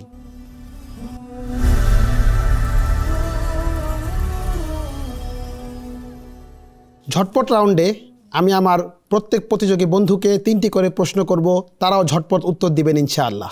শুরুতেই ভোলার বন্ধু শামীম আহমদ, আপনার জন্য প্রথম প্রশ্ন। কোনো ব্যক্তি তার গোলামের সাথে বসে খেতে না চাইলে কি করবে? সে তাকে নিজ হাতে এক লোকমা খাইয়ে দিবে। তাকে কিছু পরিমাণ খাবার দিয়ে দিবে। দ্বিতীয় প্রশ্ন, নবী করিম সাল্লাল্লাহু আলাইহি ওয়াসাল্লাম কাদের ব্যাপারে বলেছেন ওরা 2 জন আমার পার্থিব জীবনের 2টি ফুল? হাসান এবং হুসাইন রাদিয়াল্লাহু তাআলা আনহুমার ব্যাপারে। সঠিক উত্তর। তৃতীয় প্রশ্ন, রাসূলুল্লাহ সাল্লাল্লাহু আলাইহি ওয়াসাল্লাম গভীর রাত পর্যন্ত কিসে মশগুল থাকতে নিষেধ করেছেন? গল্পগুজবে। সঠিক উত্তর। ঠাকুরগাঁয়ের বন্ধু বেলাল হোসাইন, আপনার জন্য প্রথম প্রশ্ন। রাসূলুল্লাহ সাল্লাল্লাহু আলাইহি ওয়াসাল্লাম গভীর রাতে খুব কম বের হতে বলেছেন কেন? এই সময়তে শয়তান চলাচল করে। উত্তরটি হচ্ছে এ সময় কিছু জীবজন্তু ছড়িয়ে পড়ে। দ্বিতীয় প্রশ্ন, জিহাদ, হজ ও মায়ের সাথে সদাচরণের মতো বিষয় না থাকলে কৃতদাস অবস্থায় মরতে চেয়েছিলেন কোন সাহাবী? আবু হুরায়রা। সঠিক উত্তর, আবু হুরায়রা রাদিয়াল্লাহু আনহু। তৃতীয় প্রশ্ন, স্বামী কর্তৃক প্রত্যাখ্যাত হয়ে আগত কন্যার জন্য খরচ করাকে কোন ধরনের সাদাকা বলা হয়েছে? সবচেয়ে উত্তম সাদাকা। সঠিক উত্তর। লক্ষ্মীপুরের বন্ধু মোহাম্মদ জুনায়েদ আহমদ, আপনার জন্য প্রথম প্রশ্ন। একজন মুসলিম ব্যক্তির সৌভাগ্যের প্রতীকগুলো কি কি? উত্তর হচ্ছে প্রশস্ত বাসস্থান, সৎ প্রতিবেশী ও নিরাপদ বাহন। দ্বিতীয় প্রশ্ন, কেউ কারো থেকে উপকৃত হওয়ার পর তাকে প্রতিদান দিতে না পারলে কি করবে? প্রশংসা করবে। আপনার উত্তরটি আংশিক হয়েছে, তার জন্য দোয়া করবে এবং তার জন্য প্রশংসা করবে। তৃতীয় প্রশ্ন, রাসূলুল্লাহ সাল্লাল্লাহু আলাইহি ওয়াসাল্লাম রাতের কোন সময়ে শিশুদেরকে সামনে রাখতে বলেছেন? অন্ধকার যখন গভীর হয়। জুনায়েদ আহমদ ভাই, আপনি যে উত্তরটি দিয়েছেন উত্তরটি সঠিক হয়েছে। সর্বশেষ প্রতিযোগী ফোরকান আহমদ, আপনার জন্য প্রথম প্রশ্ন। রাসূলুল্লাহ সাল্লাল্লাহু আলাইহি ওয়াসাল্লাম কুকুরের ডাক শোনার পর কি করতে বলেছেন? আউযু বিল্লাহি মিনাশ শাইতানির রাজিম, আল্লাহ তাআলার আশ্রয় প্রার্থনা করতে, আউযু বিল্লাহ পড়তে। সঠিক উত্তর। আপনার জন্য দ্বিতীয় প্রশ্ন। যার প্রতিবেশী তার অনিষ্ট হতে নিরাপদ নয় তার ব্যাপারে হাদিসে কি বলা হয়েছে? সে মুমিন নয়। সঠিক উত্তর, সে মুমিন হবে না এবং যার ফলে সে জান্নাতে প্রবেশ করবে না। তৃতীয় প্রশ্ন, কৃতদাস কখন দ্বিগুণ সওয়াবের অধিকারী হবে? যদি সে মনিবের হক ঠিকমতো আদায় করে এবং আল্লাহ তাআলার ইবাদত সুন্দরভাবে করে, তাহলে সে দ্বিগুণ সওয়াবের অধিকারী হবে। সঠিক উত্তর। প্রিয় দর্শক, শেষ করলাম ঝটপট রাউন্ড। দেখতে পাচ্ছি আমাদের সম্মানিত বিচারকগণ ফলাফল তৈরি করছেন। চলুন এই ফাঁকে আমাদের মুশরিফ হাফেজ মুফতি সাইফুল ইসলাম হাফিজাহুল্লাহর কাছ থেকে একটি গুরুত্বপূর্ণ বিষয়ে কিছু নাসিহা শুনে আসি। শেখ, আমরা একটি চমৎকার হাদিস এখানে পেয়েছি যে রাসূলুল্লাহ সাল্লাল্লাহু আলাইহি ওয়াসাল্লাম বলেছেন যে স্বামী কর্তৃক প্রত্যাখ্যাত হয়ে কোনো কন্যা যদি তার বাবার বাড়িতে ফিরে আসে, তার প্রতি পিতামাতা যদি খরচ করে, এটাকে উত্তম সদাকা বলা হয়েছে। শেখ, আপনি আমাদেরকে আমাদের সমাজে যারা বিধবা নারী বা ডিভোর্সি নারী আছেন তাদের ভরণ পোষণ এবং তাদের উত্তম বাসস্থান দেওয়ার ব্যাপারে ইসলামের নির্দেশনা বিষয়ে কিছু গুরুত্বপূর্ণ নাসিহা করবেন ইনশাআল্লাহ। আপনাকে অনেক অনেক ধন্যবাদ জানাচ্ছি মোহতারাম উপস্থাপক। খুব গুরুত্বপূর্ণ একটি বিষয় আপনি বলেছেন যে স্বামী কর্তৃক যদি প্রত্যাখ্যাত হয়ে যায় কন্যা এবং তিনি যখন বাবার বাড়িতে ফিরে আসবেন তার খরচটা কে বহন করবেন। আসলে মূল নিয়মটা হলো যে অবশ্যই তালাক দেওয়ার পরেও চূড়ান্ত তালাক পতিত হবার আগে যে 3 তুহুর বা 3 মাস সময় থাকে, এই সময় স্বামী তার ভরণ পোষণ বহন করবেন। কিন্তু স্বামী যদি অস্বীকার করেন, না দেন, তাহলে বাবার উপর দায়িত্ব আসবে, অর্থাৎ সেই মেয়ের বাবার উপর। তিনি এই মেয়েকে ভরণ পোষণ দেবেন। আর বাবা যদি না থাকেন তাহলে তার ভাই বা গার্ডিয়ান যারা আছেন তারা ভরণ পোষণের দায়িত্ব পালন করবেন। আরেকটা ব্যাপার থেকে যায় যে অনেক সময় আমরা দেখি যে অনেক সময় কন্যা স্বামীর বাড়ি থেকে তালাকপ্রাপ্ত হয়ে এসছেন, সেই সাথে তার সন্তানও আছে। এটা কি হবে? আসলে এই ক্ষেত্রে নিয়ম হলো স্বামীকে অর্থাৎ বাবাকে বহন করতে হবে, ওই ছোট বাচ্চার বাবাকে বহন করতে হবে সন্তানদের ভরণ পোষণ। কিন্তু সে যদি দিতে অস্বীকার করে অথবা সে যদি অপারগ হয়, তাহলে কি হবে? তাহলে নানা চেষ্টা করবেন, কারণ নানার দেওয়া দায়িত্ব না, কিন্তু এর অনেক ফজিলত আছে। ওয়ালাল মাউলুদি লাহু রিজকুহুন্না ওয়া কিসওয়াতুহুন্না বিল মারুফ। আল্লাহ তাআলা বলেছেন যে এই ক্ষেত্রে যারা অভিভাবক তারা যদি তাদের ভরণ পোষণের দায়িত্ব নেন, এটা তাদের জন্য উত্তম। এবং রাসূল সাল্লাল্লাহু আলাইহি সাল্লাম এটাও বলেছেন, কেউ যদি 3টা কন্যা সন্তান, 2টা কন্যা সন্তান অথবা বোন অথবা তাদের কোনো মেয়ে তাদের দায়িত্ব নেয়, তাহলে রাসূল সাল্লাল্লাহু আলাইহি সাল্লাম তাদের জান্নাতের দায়িত্ব নিয়েছেন। সুবহানাল্লাহ। এই জন্য আমরা এই আলোচনা থেকে এটাই বলবো যে কখনো যদি কোনো নারী অপারগ হয়ে তার বাবার বাড়িতে ফিরে আসতে বাধ্য হন তালাকপ্রাপ্তা হয়ে, তাহলে তাকে যেন অচ্যুত মনে করা না হয়, তাকে যেন সেই ঘর থেকে বের করে দেওয়া না হয়, তাকে যেন অপমান অপদস্থ করা না হয়, বরং তাকে যেন গনিমত মনে করা হয়, কারণ তার মাধ্যমে এই ঘরের মানুষগুলো জান্নাতে যাবার একটা মাধ্যম তৈরি হয়েছে, সেটা যেন চিন্তা করা হয়। আল্লাহ তাআলা সেই তৌফিক দান করুন। আমাদের সমাজ, আমাদের সংস্কারে আমাদের চিন্তার পরিবর্তন ঘটুক ইসলামের আলোকে। আপনাকে অনেক অনেক ধন্যবাদ জানাচ্ছি মোহতারাম উপস্থাপক। জাযাকাল্লাহ খায়র, আল্লাহু ইবারিক ফিক। জাযাকাল্লাহু খায়রান শেখ। আল্লাহ তাআলা আমাদেরকে এই কথাগুলোর উপর আমল করার তৌফিক দান করুন। প্রিয় দর্শক, আমরা সেই মাহেন্দ্রক্ষণের অপেক্ষায় আমাদের হাদিস আমার ভালোবাসা সিজন 3 কে হচ্ছেন চ্যাম্পিয়ন কিছুক্ষণের মধ্যে আমরা জেনে যাব ইনশাআল্লাহ। তবে তার আগে আমাদের এই আয়োজনকে যারা পৃষ্ঠপোষকতা করেছেন, যাদের সহযোগিতায় আমরা এই পুরো মাহে রমজান জুড়ে এই আয়োজনকে করতে পেরেছি, তাদের সাথে কথা বলবো ইনশাআল্লাহ। আমি শুরুতেই আমন্ত্রণ জানাচ্ছি মোহতারাম হাসান মাহমুদকে, assistant brand manager CSRM steel. আসসালামু আলাইকুম ওয়া রাহমাতুল্লাহ। ওয়ালাইকুম আসসালাম ওয়া রাহমাতুল্লাহি ওয়া বারাকাতুহু। শাইখ, কেমন আছেন আপনি? আলহামদুলিল্লাহ ভালো আছি, আপনি কেমন আছেন? আলহামদুলিল্লাহ, আমিও ভালো আছি। অত্যন্ত আনন্দের সাথে জানাচ্ছি যে আপনারা আমাদের হাদিস আমার ভালোবাসা এই আয়োজনের শুরু থেকেই ছিলেন, প্রথম 2টি সিজনেও ছিলেন, এই সিজনেও আপনারা আমাদের সাথে আছেন। আমাদের এই আয়োজনকে পুরো মাস জুড়ে আপনারা দেখেছেন। আশা করি আপনার কাছে কেমন লেগেছে অনুভূতি জানাবেন। হাদিস আমার ভালোবাসা বাংলাদেশের অন্যতম একটি জনপ্রিয় ইসলামিক রিয়েলিটি শো বা হাদিসের প্রতিযোগিতা অনুষ্ঠান। তো এটা খুব ভালো একটা প্রোগ্রাম। আমরা গত 3 বছর যাবৎ আপনাদের সাথে আছি।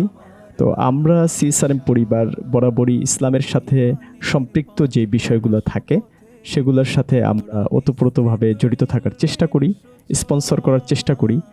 এবং আপনারা জানেন যে CSRM স্টিলের যে কার্যক্রম, আমাদের CSRM ফাউন্ডেশনও একটা আমাদের সিস্টার কনসার্ন আছেন। তো সেখানেও আমরা এই ধরনের অনেকগুলা কাজের সাথে সম্পৃক্ত। দেশের কল্যাণ, ইসলামের কল্যাণের জন্য আমরা কাজ করে থাকি। জাযাকাল্লাহু খায়রান। আমরাও দোয়া করছি আল্লাহ তাআলা আপনাদের এই CSRM পরিবারকে কবুল করুন এবং আপনাদের উত্তরোত্তর কল্যাণ দান করুন।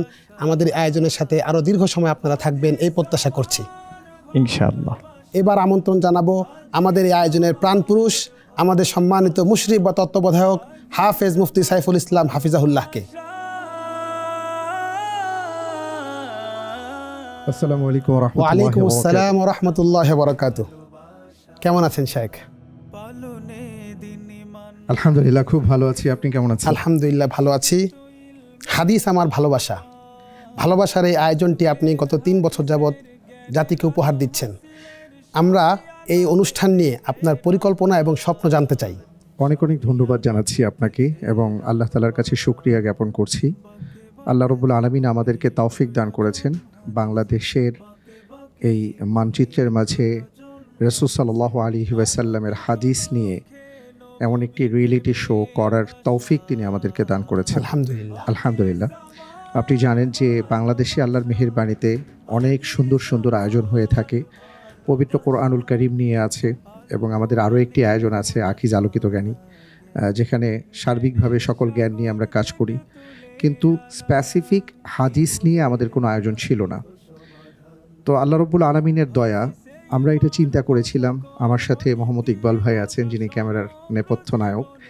আমরা 2 ভাই মিলে যখন এটা চিন্তা করলাম যে হাদিসের উপর আমাদের কাজ করা দরকার, আমাদের যাপিত জীবনের সর্বক্ষেত্রে হাদিস প্রয়োজন হয় এবং হাদিস ছাড়া আমাদের আসলে জীবন চলে না।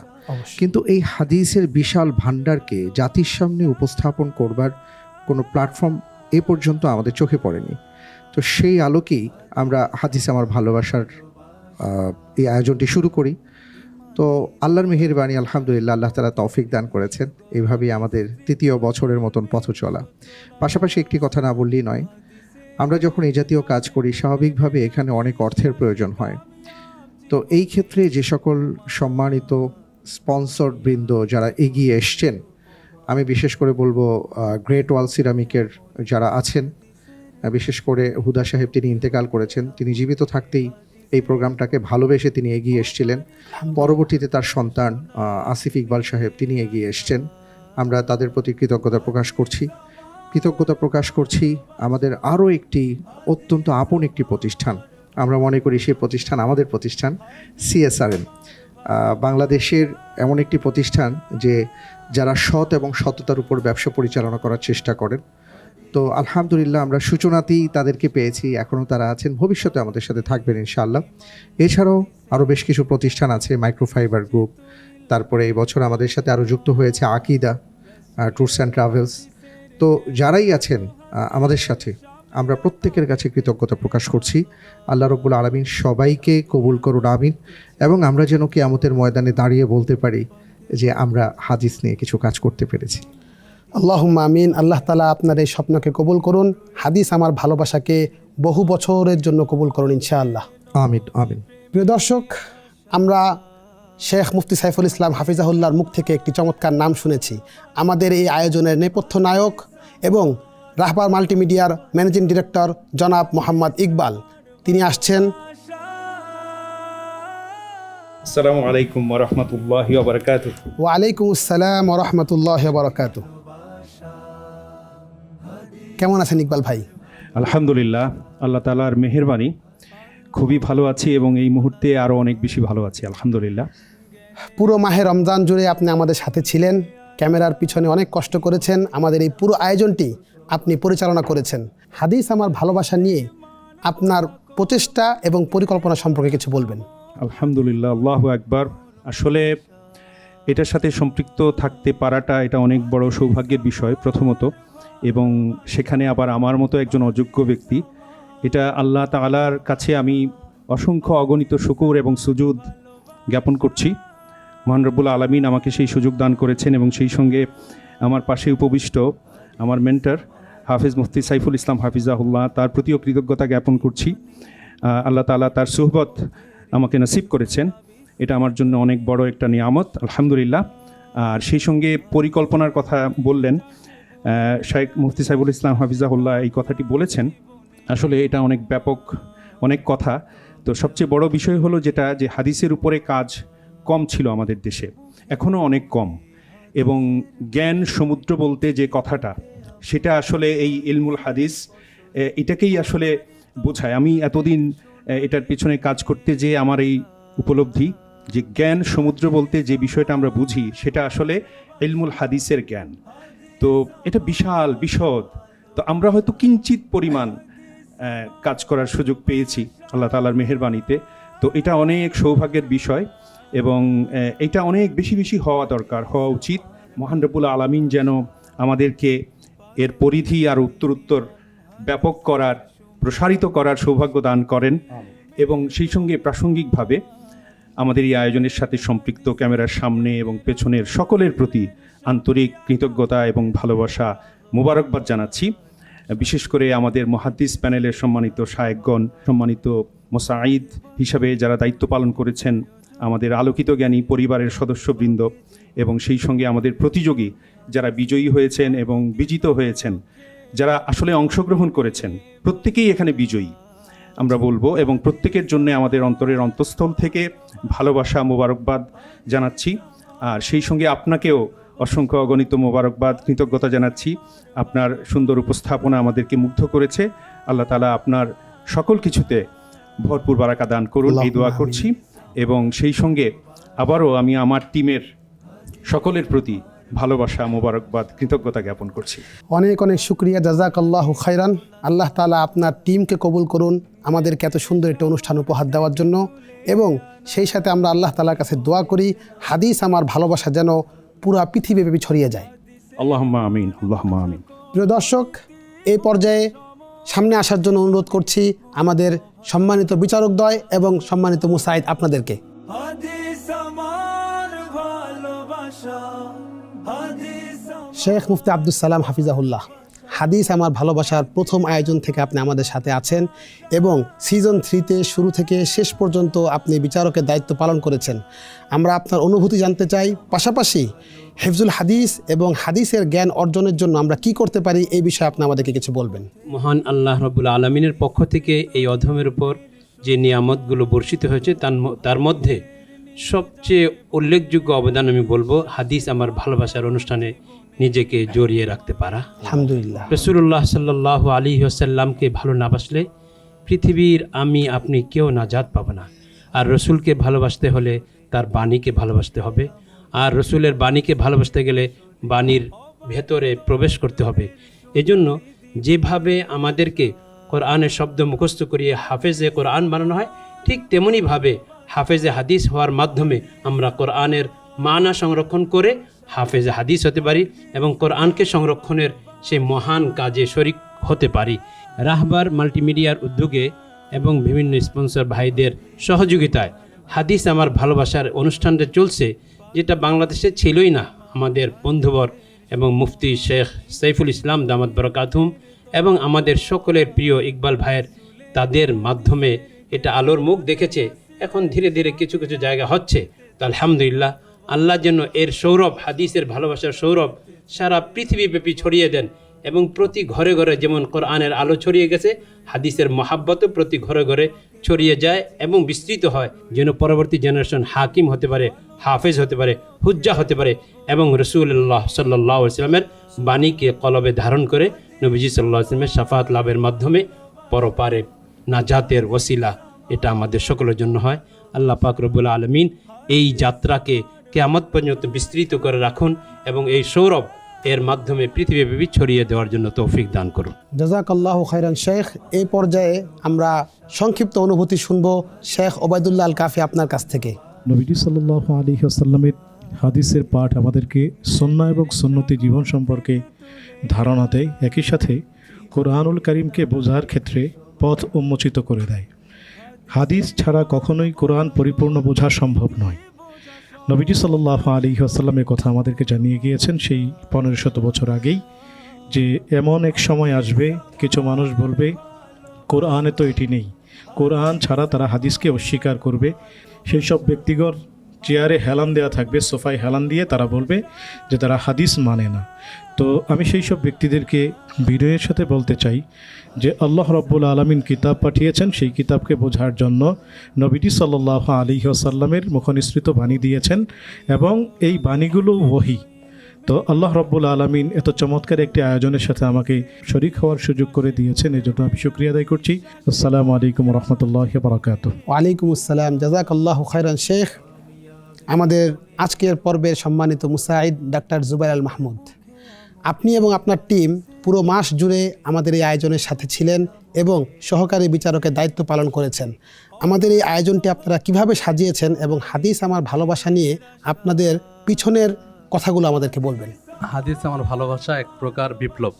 চারদিকে যেখানে মন কেড়ে নেয় হাদিসের ছড়াছড়ি। আমরা প্রথম যখন এই প্রোগ্রামটা করি, আমাদের স্বপ্নদ্রষ্টা সাইফুল ভাই 1 সপ্তাহ সময় দিয়েছিলেন। আল্লাহর অশেষ রহমতে আমরা 1 সপ্তাহ সময়ের মধ্যে প্রোগ্রামটা করতে পেরেছি। এরপর এবার আমরা সিজন 3-তে আছি। আর অন্যান্য প্রোগ্রামগুলি দেখবেন যে ওখানে মাত্র একটা অংশ থাকে, আর আমাদের এই প্রোগ্রামে 2টা অংশ। একদিকে প্রতিযোগীকে হাদিস মুখস্থ করতে হয়, 300 হাদিস মুখস্থ থাকতে হয়। পাশাপাশি প্রতি বছর আমরা একটা হাদিসের বই সিলেক্ট করি, যাতে এই বইয়ের আগাগোড়া সম্পূর্ণ একজন প্রতিযোগী কমপ্লিট করে থাকে। আল্লাহর অশেষ রহমতে আমরা প্রথম বছরে রিয়াদুস সালেহিন কিতাবটা শেষ করেছিলাম, দ্বিতীয় বছরে ছিল বুলুগুল মারাম, আর এই বছরে আলহামদুলিল্লাহ আদাবুল মুফরাদ শেষ করেছি। আগামীতে আরও বিশুদ্ধ এবং সুন্দরতর আরও কিছু কিতাব সিলেক্ট করার প্ল্যান আছে ইনশাল্লাহ। আমরা প্রথমে অনলাইনে একটা পরীক্ষা নেই, সারা দেশ থেকে রেজিস্ট্রেশন যারা করে থাকেন তারা পার্টিসিপেট করেন। অনলাইন পরীক্ষার পর আমরা একটা নির্দিষ্ট সংখ্যক প্রতিযোগীকে অফলাইন পরীক্ষার জন্য মনোনীত করি। এরপর অফলাইন পরীক্ষা দিতে যারা আসেন, প্রথমে তাদের একটি লিখিত পরীক্ষা হয়, এরপর তারা ভাইভায় উত্তীর্ণ হন।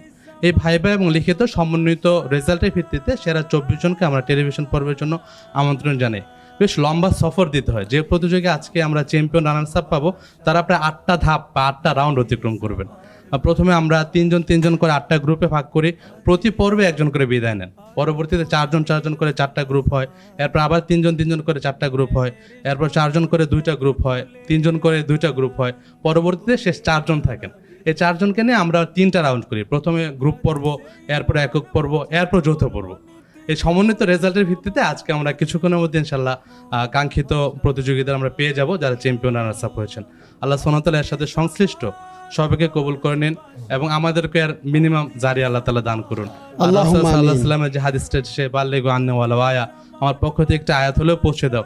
আল্লাহ সুবহানাহু ওয়া তাআলার কাছে যাতে এটা আমাদের জন্য একটা জারিয়া হয়ে দাঁড়ায়, যাতে আল্লাহ তাআলা বলতে পারে, হে আল্লাহ, আপনার রাসূল সাল্লাল্লাহু আলাইহি ওয়াসাল্লামের হাদিসের জন্য আমরা কিছু খিদমত করতে পেরেছি। বারাকাল্লাহু ফিকুম।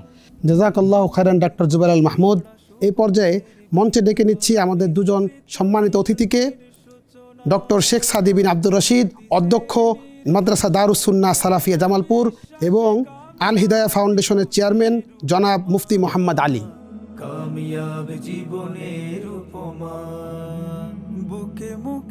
ডক্টর শেখ সাদি বিন আব্দুর রশিদ, আপনি আমাদের হাদিস আমার ভালোবাসা সিজন 3 অনেকগুলো পর্বে বিচারকের দায়িত্ব পালন করেছেন।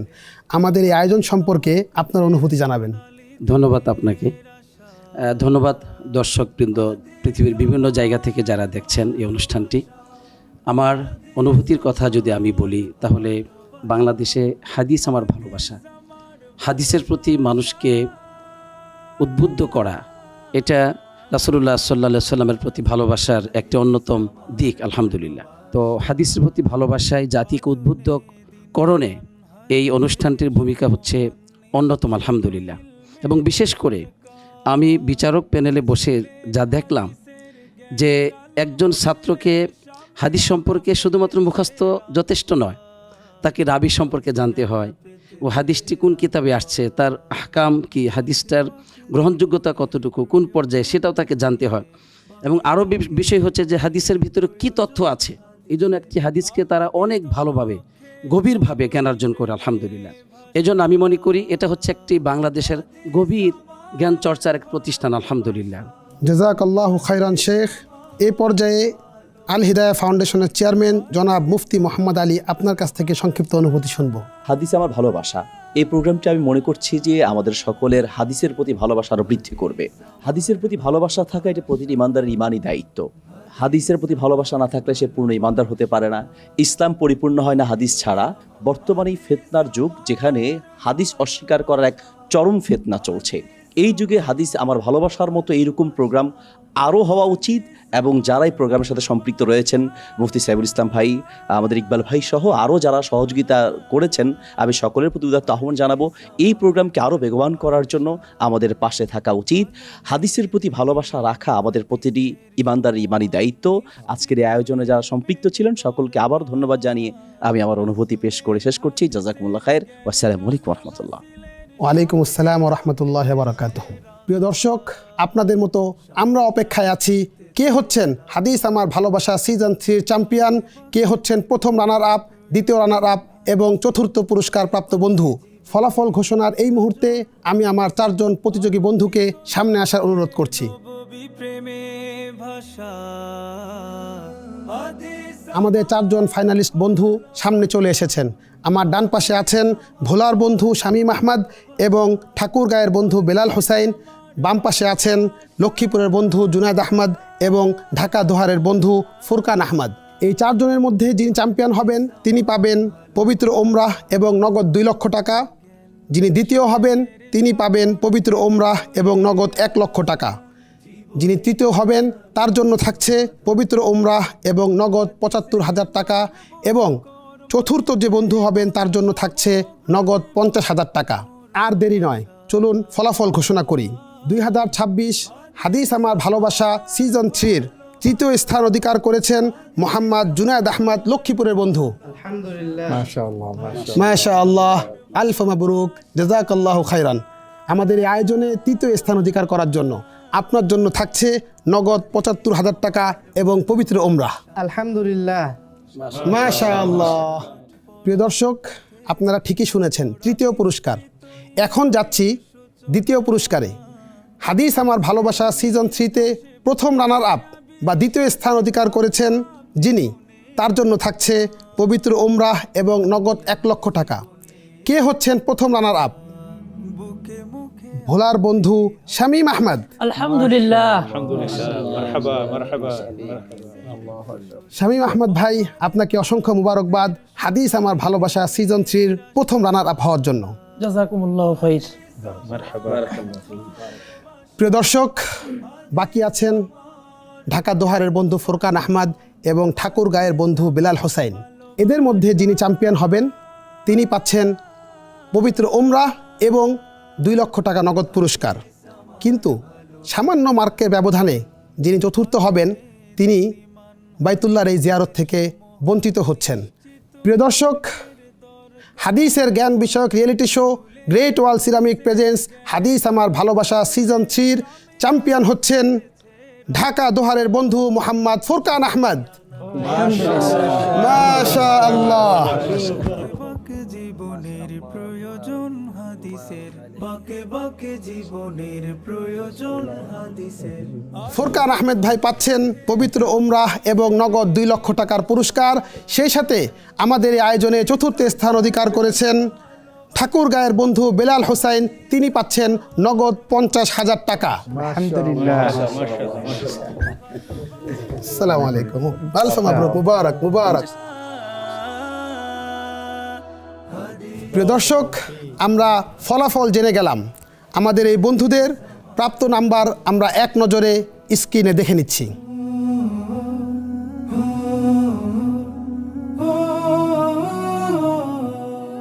প্রিয় দর্শক, আমাদের আজকের এই বিজয়ী বন্ধুদেরকে এখন আমরা পুরস্কার প্রদান করব ইনশাআল্লাহ। শুরুতেই চতুর্থ পুরস্কারপ্রাপ্ত বেলাল হোসাইনের জন্য থাকছে নগদ ৫০,০০০ টাকা। তার পুরস্কারটি তুলে দিবেন আমাদের সম্মানিত স্পন্সর এবং শেখ মুফতি সাইফুল ইসলাম। কর্মনীতি বোঝা সমগ্র জীবনের মর্ম ভাষা, হাদিস আমার ভালো। মাশাআল্লাহ, বেলাল ভাই আপনাকে অনেক অভিনন্দন।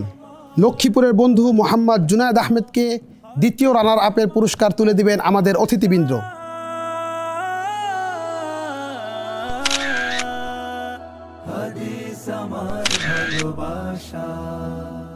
জুনায়েদ আহমেদ ভাইয়ের জন্য থাকছে নগদ ৭৫,০০০ টাকা পুরস্কার এবং সেই সাথে পবিত্র ওমরার টিকিট এবং একটি মূল্যবান সার্টিফিকেট। এই পর্যায়ে প্রথম রানার আপের পুরস্কার গ্রহণ করবেন ভোলার বন্ধু মোহাম্মদ শামীম আহমদ। তার জন্য থাকছে নগদ 1 লক্ষ টাকার চেক এবং পবিত্র ওমরার টিকিট, সেই সাথে মূল্যবান সার্টিফিকেট। বুকে মুখে আমলে হাদিসের ফসলে, বুকে মুখে আমলে শামীম আহমদ ভাই, আপনাকে অনেক অভিনন্দন। হাদিসের জ্ঞান বিষয়ক reality show great wall ceramic presence হাদিস আমার ভালোবাসা সিজন 3 আমাদের এবারের চ্যাম্পিয়ন ফোরকান আহমেদ ভাইকে এবার পুরস্কার প্রদান করবেন এবং সেই পুরস্কারের প্রধান আকর্ষণ, তার জন্য বিশেষ আবায়া তাকে এখন পরিধান করিয়ে দিবেন আমাদের মুশরিফ তত্ত্বাবধায়ক শেখ মুফতি সাইফুল ইসলাম এবং আমাদের অতিথিবৃন্দ। হাদিস আমার ভালোবাসা, পালনে দিন ইমান হাদিসের সুমহান। এই পর্যায়ে আমাদের ফোরকান আহমেদ ভাইকে ওমরার টিকিট এবং নগদ 2 লক্ষ টাকার চেক প্রদান করছেন আমাদের অতিথিবৃন্দ, সেই সাথে তার জন্য রয়েছে বিশেষ সম্মাননা সার্টিফিকেট। প্রিয় দর্শক, আমাদের এবারে চ্যাম্পিয়ন ফোরকান আহমেদ ভাইয়ের জন্য রয়েছে পবিত্র ওমরাহ এবং নগদ 2 লক্ষ টাকার পুরস্কার, সেই সাথে বিশেষ সম্মাননা স্মারক। জীবনের প্রয়োজন হাদিসের আলোকিত লক্ষ্যে নববী প্রেমে ভাষা, হাদিস আমার ভালোবাসা। ফোরকান আহমেদ ভাই, আপনাকে অসংখ্য মোবারকবাদ এবং অভিনন্দন আমাদের এই আয়োজনে চ্যাম্পিয়ন হওয়ার জন্য। আপনি অসংখ্য প্রতিযোগীকে পিছনে ফেলে টিভি রাউন্ডে এসেছিলেন এবং পর্যায়ক্রমে এক একটি ধাপ অতিক্রম করে সর্বশেষ ফাইনাল রাউন্ডে এসেছেন এবং আজকে ফাইনালি আপনি চ্যাম্পিয়ন হলেন। আপনার অনুভূতি আমাদেরকে শেয়ার করবেন। আল্লাহ তাআলার সমস্ত প্রশংসা যে মহান রব্বুল আলামিন আমাকে অনেক অযোগ্যতা এবং দুর্বলতা সত্ত্বেও আল্লাহ তাআলা আমাকে এত দূর পর্যন্ত নিয়ে এসেছেন। এই শুকরিয়া আমি কখনো করে শেষ করতে পারবো না। এবং আল্লাহ তাআলাই আমাকে বিশেষভাবে এই প্রতিযোগিতায় অংশগ্রহণের সুযোগ করে দিয়েছেন, কারণ এই প্রতিযোগিতা সম্পর্কে আমার ন্যূনতম কোনো ধারণাও ছিল না। মাত্র অনলাইন পরীক্ষার 2 দিন আগে এক ভাই মেসেজে আমাকে এই প্রতিযোগিতা সম্পর্কে সংবাদ দেন। হাদিস আমার ভালোবাসার নামটার প্রেমে পড়েই আমি এই প্রতিযোগিতায় অংশগ্রহণ করি। তো ভাবতেও পারিনি যে আমি এত দূর পর্যন্ত আসব।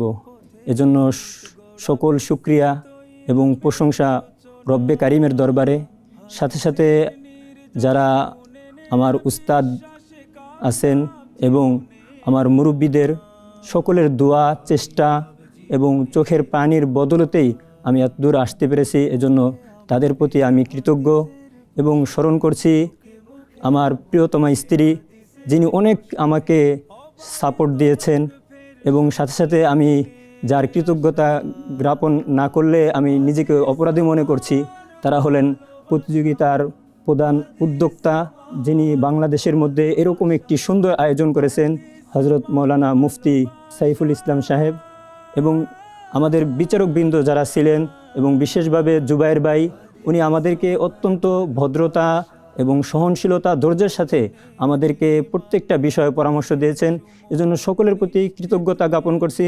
আমি আরেকটু স্মরণ করতে চাই, আমার যে সকল প্রতিযোগীবৃন্দ ভাইরা ছিলেন, তারা অনেকেই অনেক চেষ্টা পরিশ্রম করেছে। আমি তাদের মতো কিছুই করতে পারিনি। আল্লাহ তাআলা যেন এই ভাইদেরকেও আল্লাহ তাআলার ঘর বাইতুল্লাহ জিয়ারতের তৌফিক দান করেন। আল্লাহুম্মা আমিন। এবং আমি আল্লাহ তাআলা যদি আমাকে নেন, আমি সকলের জন্য দিল থেকে দোয়া করব।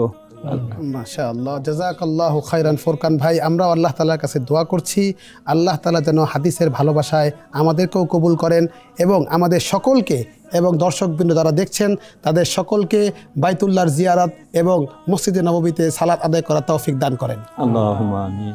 প্রিয় দর্শক, সেই সাথে অভিনন্দন জানাচ্ছি শামীম আহমদ ভাই, বেলাল হোসেন ভাই এবং জুনায়েদ আহমেদ ভাই, আপনাদের সকলকে। প্রিয় দর্শক, মাহে রমাদানের একেবারে শেষ মুহূর্তে আমরা আছি, সেই সাথে আমাদের এই অনুষ্ঠানের একেবারেই শেষ প্রান্তে চলে এসেছি। হাদিস আমার ভালোবাসা সিজন 3তে আমরা চেয়েছিলাম রাসূলুল্লাহ সাল্লাল্লাহু আলাইহি ওয়াসাল্লামের বিশুদ্ধ হাদিস এবং সুন্নাহকে এখানে আমরা শিখব এবং সকলে একত্রিতভাবে এই বিষয়গুলো জেনে আমাদের বাহ্যিক জীবনে বাস্তবায়ন করব ইনশাআল্লাহ। এই আয়োজনের সাথে যারা সম্পৃক্ত ছিলেন ক্যামেরার সামনে এবং পিছনে, কলা কৌশলী সহ সকলের প্রতি আমি কৃতজ্ঞতা প্রকাশ করছি আমাদের সম্মানিত মুশরিফ শেখ মুফতি সাইফুল ইসলাম হাফিজাহুল্লাহ আপনার প্রতি এবং আমাদের এই অনুষ্ঠানের পরিচালক জনাব মোহাম্মদ ইকবাল আপনার প্রতিও, সেই সাথে আমাদের মুহাদ্দিস প্যানেলের সকল বিচারকবৃন্দ, মুসাইদ প্যানেলের সকল মুসাইদগণ এবং এই টিভি রাউন্ডে অংশগ্রহণকারী সকল প্রতিযোগীবৃন্দ, সেই সাথে দর্শকবৃন্দ, আপনাদের সবাইকে শুভেচ্ছা এবং শুভকামনা জানিয়ে শেষ করছি। আল্লাহ তাআলা আমাদের সবাইকে কবুল করুন। এই আয়োজনের যা কিছু ভালো তা আল্লাহর পক্ষ থেকেই, আর যা কিছু ভুল হয়েছে তা একান্ত আমি আল্লাহর কাছে ক্ষমা প্রার্থনা করছি। আল্লাহ তাআলা আমাদের সবাইকে ক্ষমা করুন। আবারও দেখা হবে ইনশাআল্লাহ। আল্লাহ তাআলা আপনাদের সবাইকে ভালো রাখুন। পবিত্র ঈদ উল ফিতরের অগ্রিম শুভেচ্ছা জানিয়ে শেষ করছি। আসসালামু আলাইকুম ওয়া রাহমাতুল্লাহি ওয়া বারাকাতুহু।